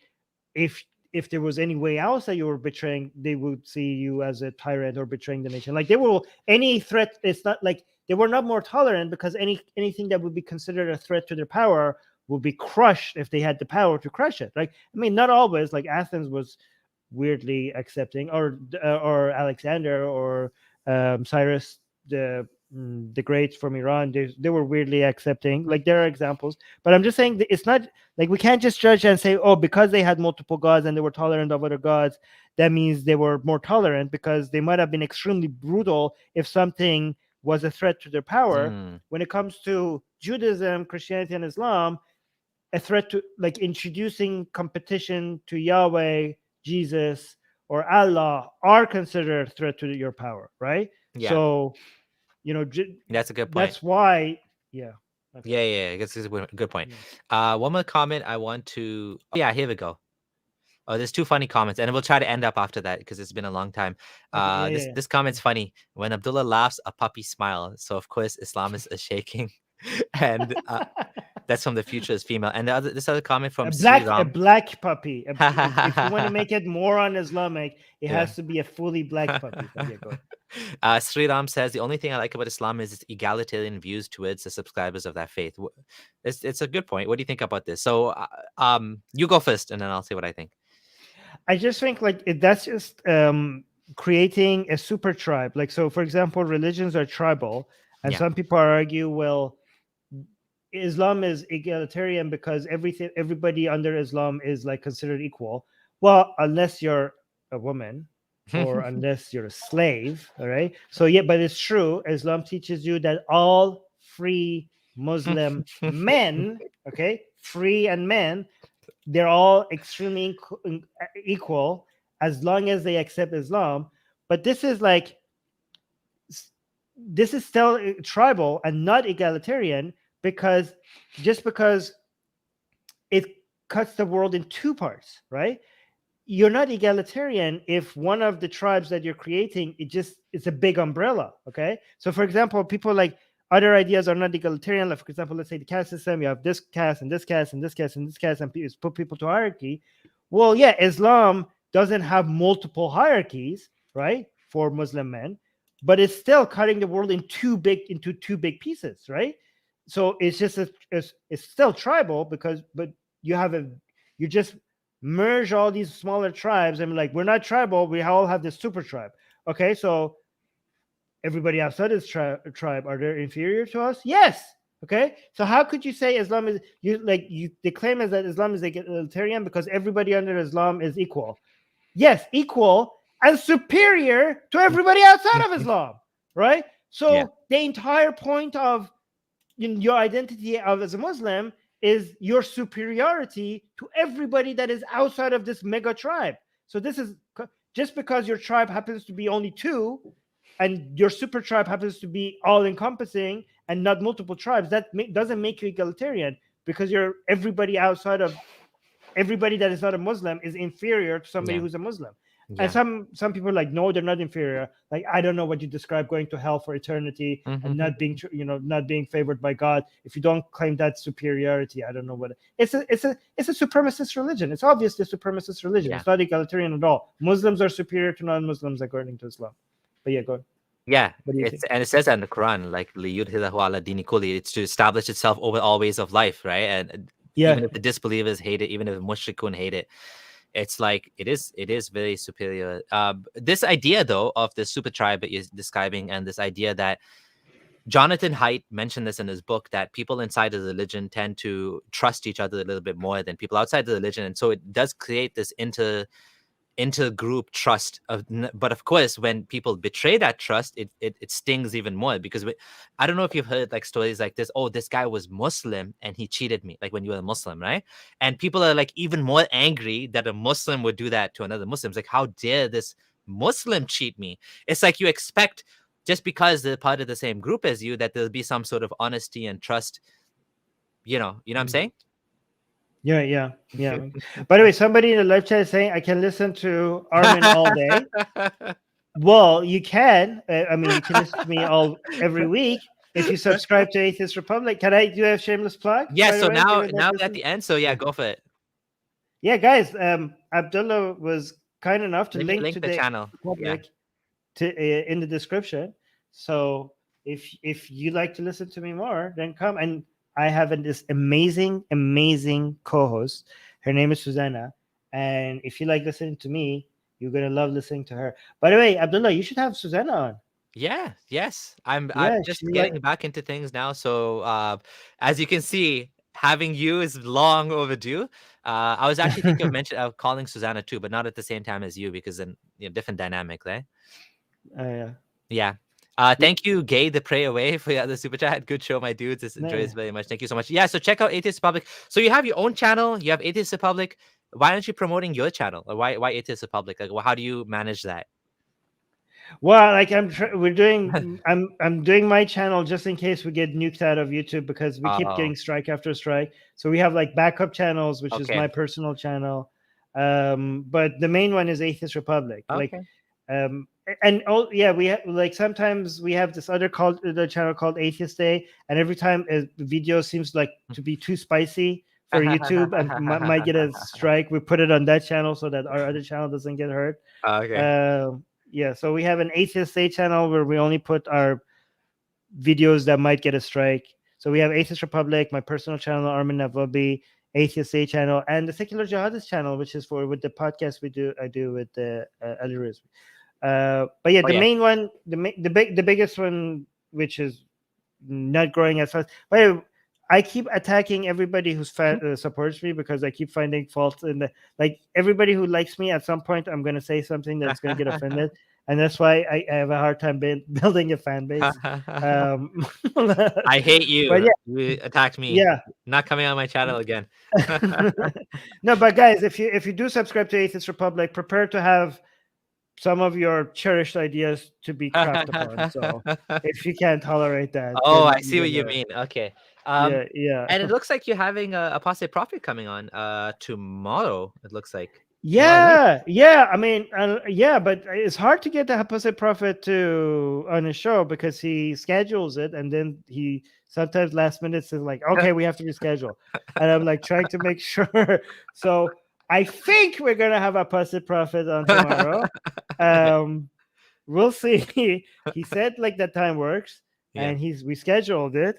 Yeah. But Apostate Prophet is royalty now, so he has to act like he rightfully so is acting like he's royalty. He's gonna change it last minute.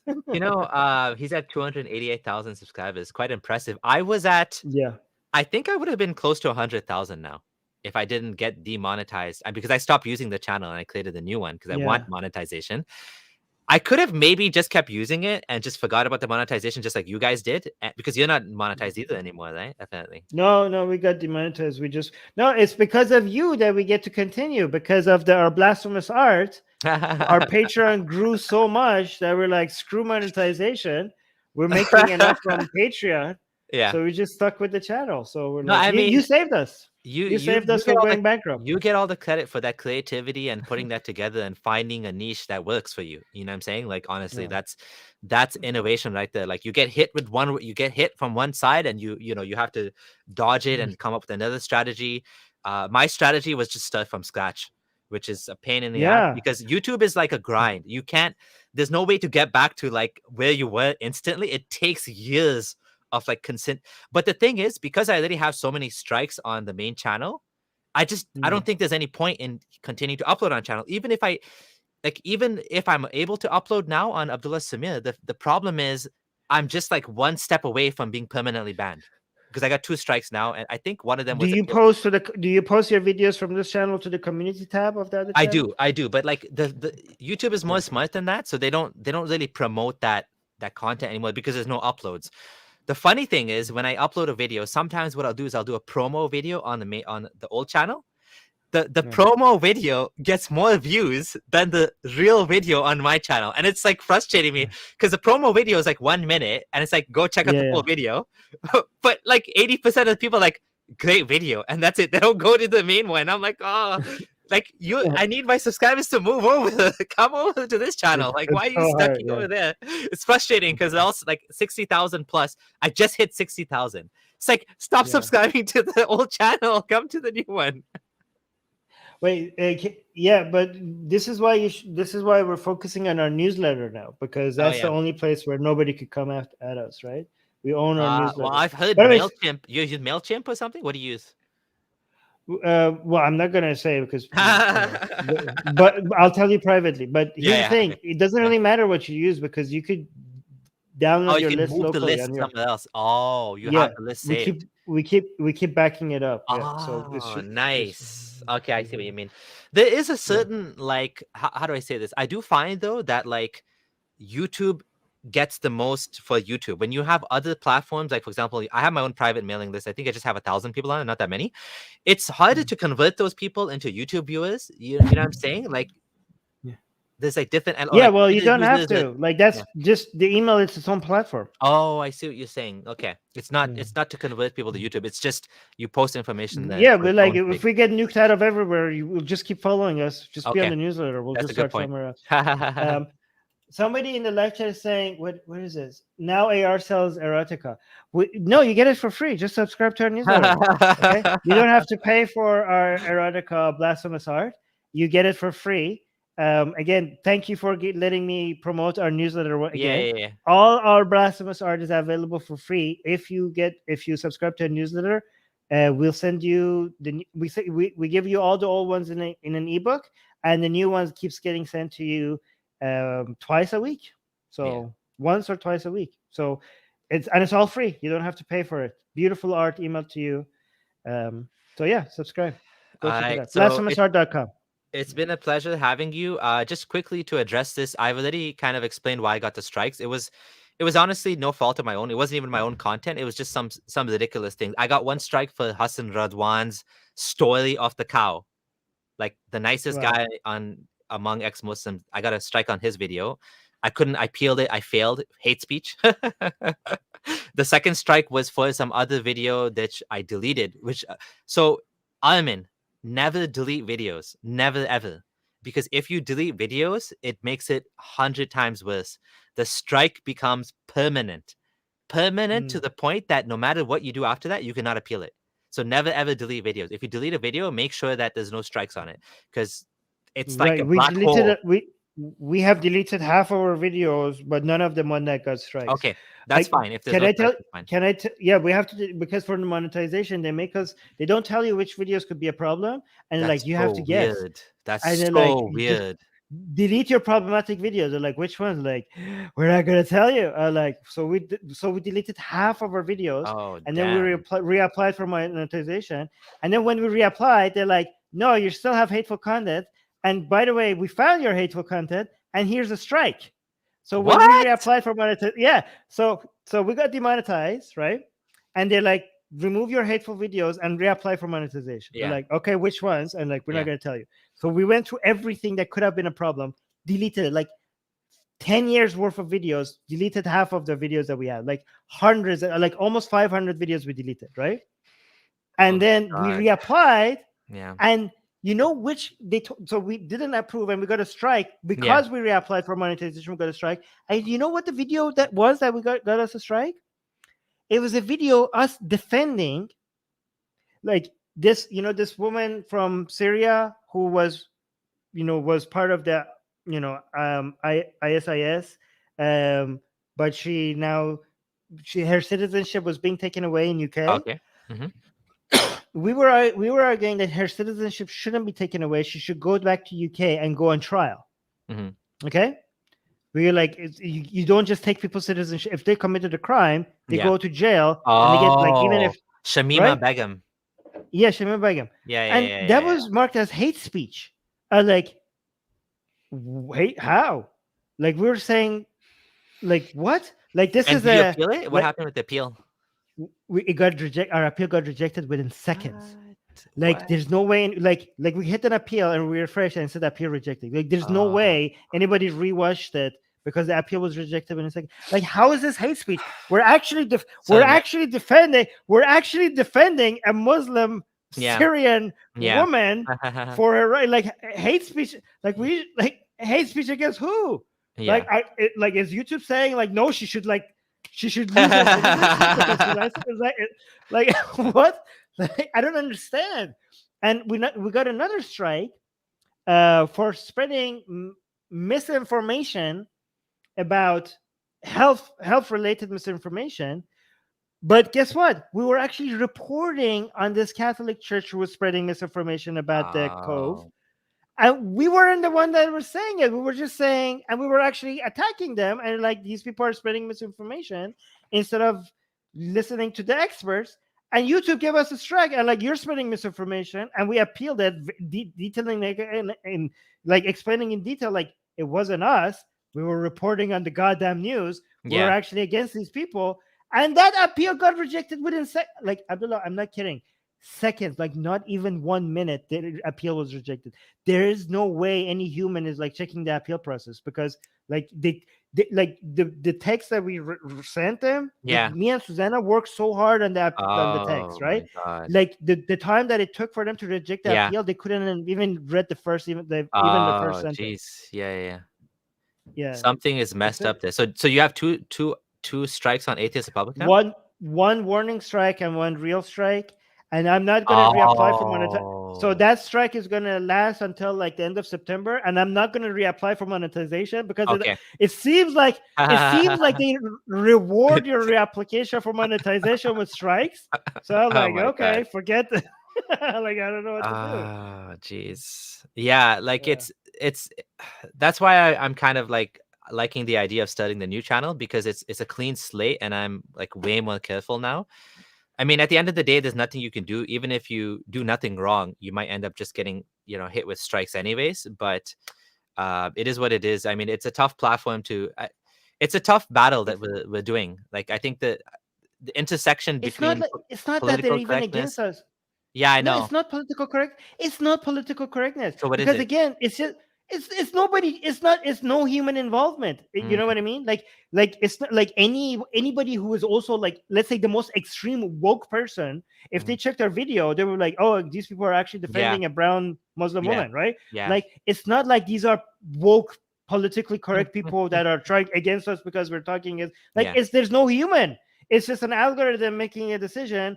And the appeal process is not also like we're trying to find somebody to YouTube. Like, guys, if anybody spends like 5 minutes looking at this, they could see that these appeals are a joke. Like, this is not PC culture. This is not wokeness. This is just algorithms making decisions rather than humans. Yeah, it's weird that they're not checking your strike because I got a strike for last week for some silly thing too. It was on the old channel. It said child safety, and the video was The Meaning of Life, an Atheist Perspective by Haris Sultan. It was a mirror of his video.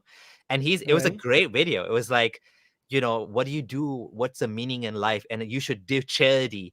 You should volunteer at a pet hospital. You should, you should do this. You can do this. Does hell give you like? It was a great video. It was a beautiful video. The Masked Arab uploaded it. I uploaded it as well. So there's 2 minutes of it. The Masked Arab version was untouched by the strike.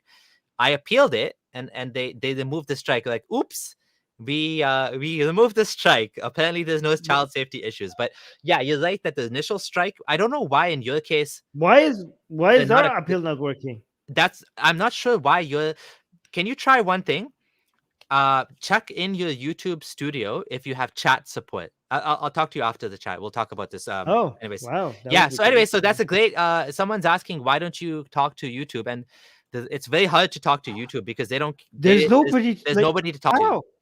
Do you guys know anybody? Like, get them to email us at info@atheist. Get them to email us at info@atheistrepublic.com. Like, we have been desperately trying to talk to anybody on YouTube. Like, there's no customer service. There's nobody that's reachable. It's not. They designed it that way. It's not meant to be.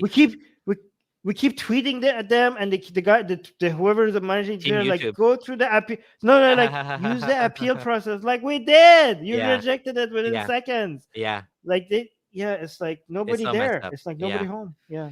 So, anyways, guys, seriously, if anybody knows anybody at YouTube, please, like, email us at info@atheistrepublic.com, because I'm not exaggerating. This is obvious. The strikes that we have gotten is so obviously not strike worthy. Yeah. Like, nobody, like, you don't have to be like, anybody could see that. If any human actually checked it out. Yeah. Okay, so that's a wrap. Thank you, everyone. This stream went on longer than I expected, but yeah, it's been good. It was a great conversation. Glad to have you on here. I will hook up with Susanna at some point and Gavin on as well. And let's chat for a bit after. Thanks, everyone. And again, thank you guys. Thank you for having me. Do check out Armin's channel, Atheist Republic. And also, this is also a podcast. I had comments with people saying, wouldn't it be nice if you made a podcast? Yes, this is a podcast, and you can check it out on your favorite podcast platform. So, of course, I prefer you watch it on YouTube to bring up the hours and get, the subscribers higher. But for convenience, it's also in a podcast. So check that out. Thanks, Armin. Guys, also, like, you know how big of a struggle growing these channels are, so please like these videos. The reason why we're asking is not because we just like to see the likes grow. It actually helps the channel grow, right? Yeah. This is not just for our own, like, it doesn't like, it's not an ego thing, right? It's I mean, it could be some of that, but it's not just that. Like, it actually does help the channel grow. So please like this video that you're watching right now. It doesn't cost you anything, and it does help the channel. So and thanks for everyone that was here in the live chat and was discussing and interacting with the content. This is all good for YouTube, and I really appreciate it. And we'll see you again probably on Atheist Republic stream with Apostate Prophet. So bye, everyone. Yeah, and I will invite you soon. Bye.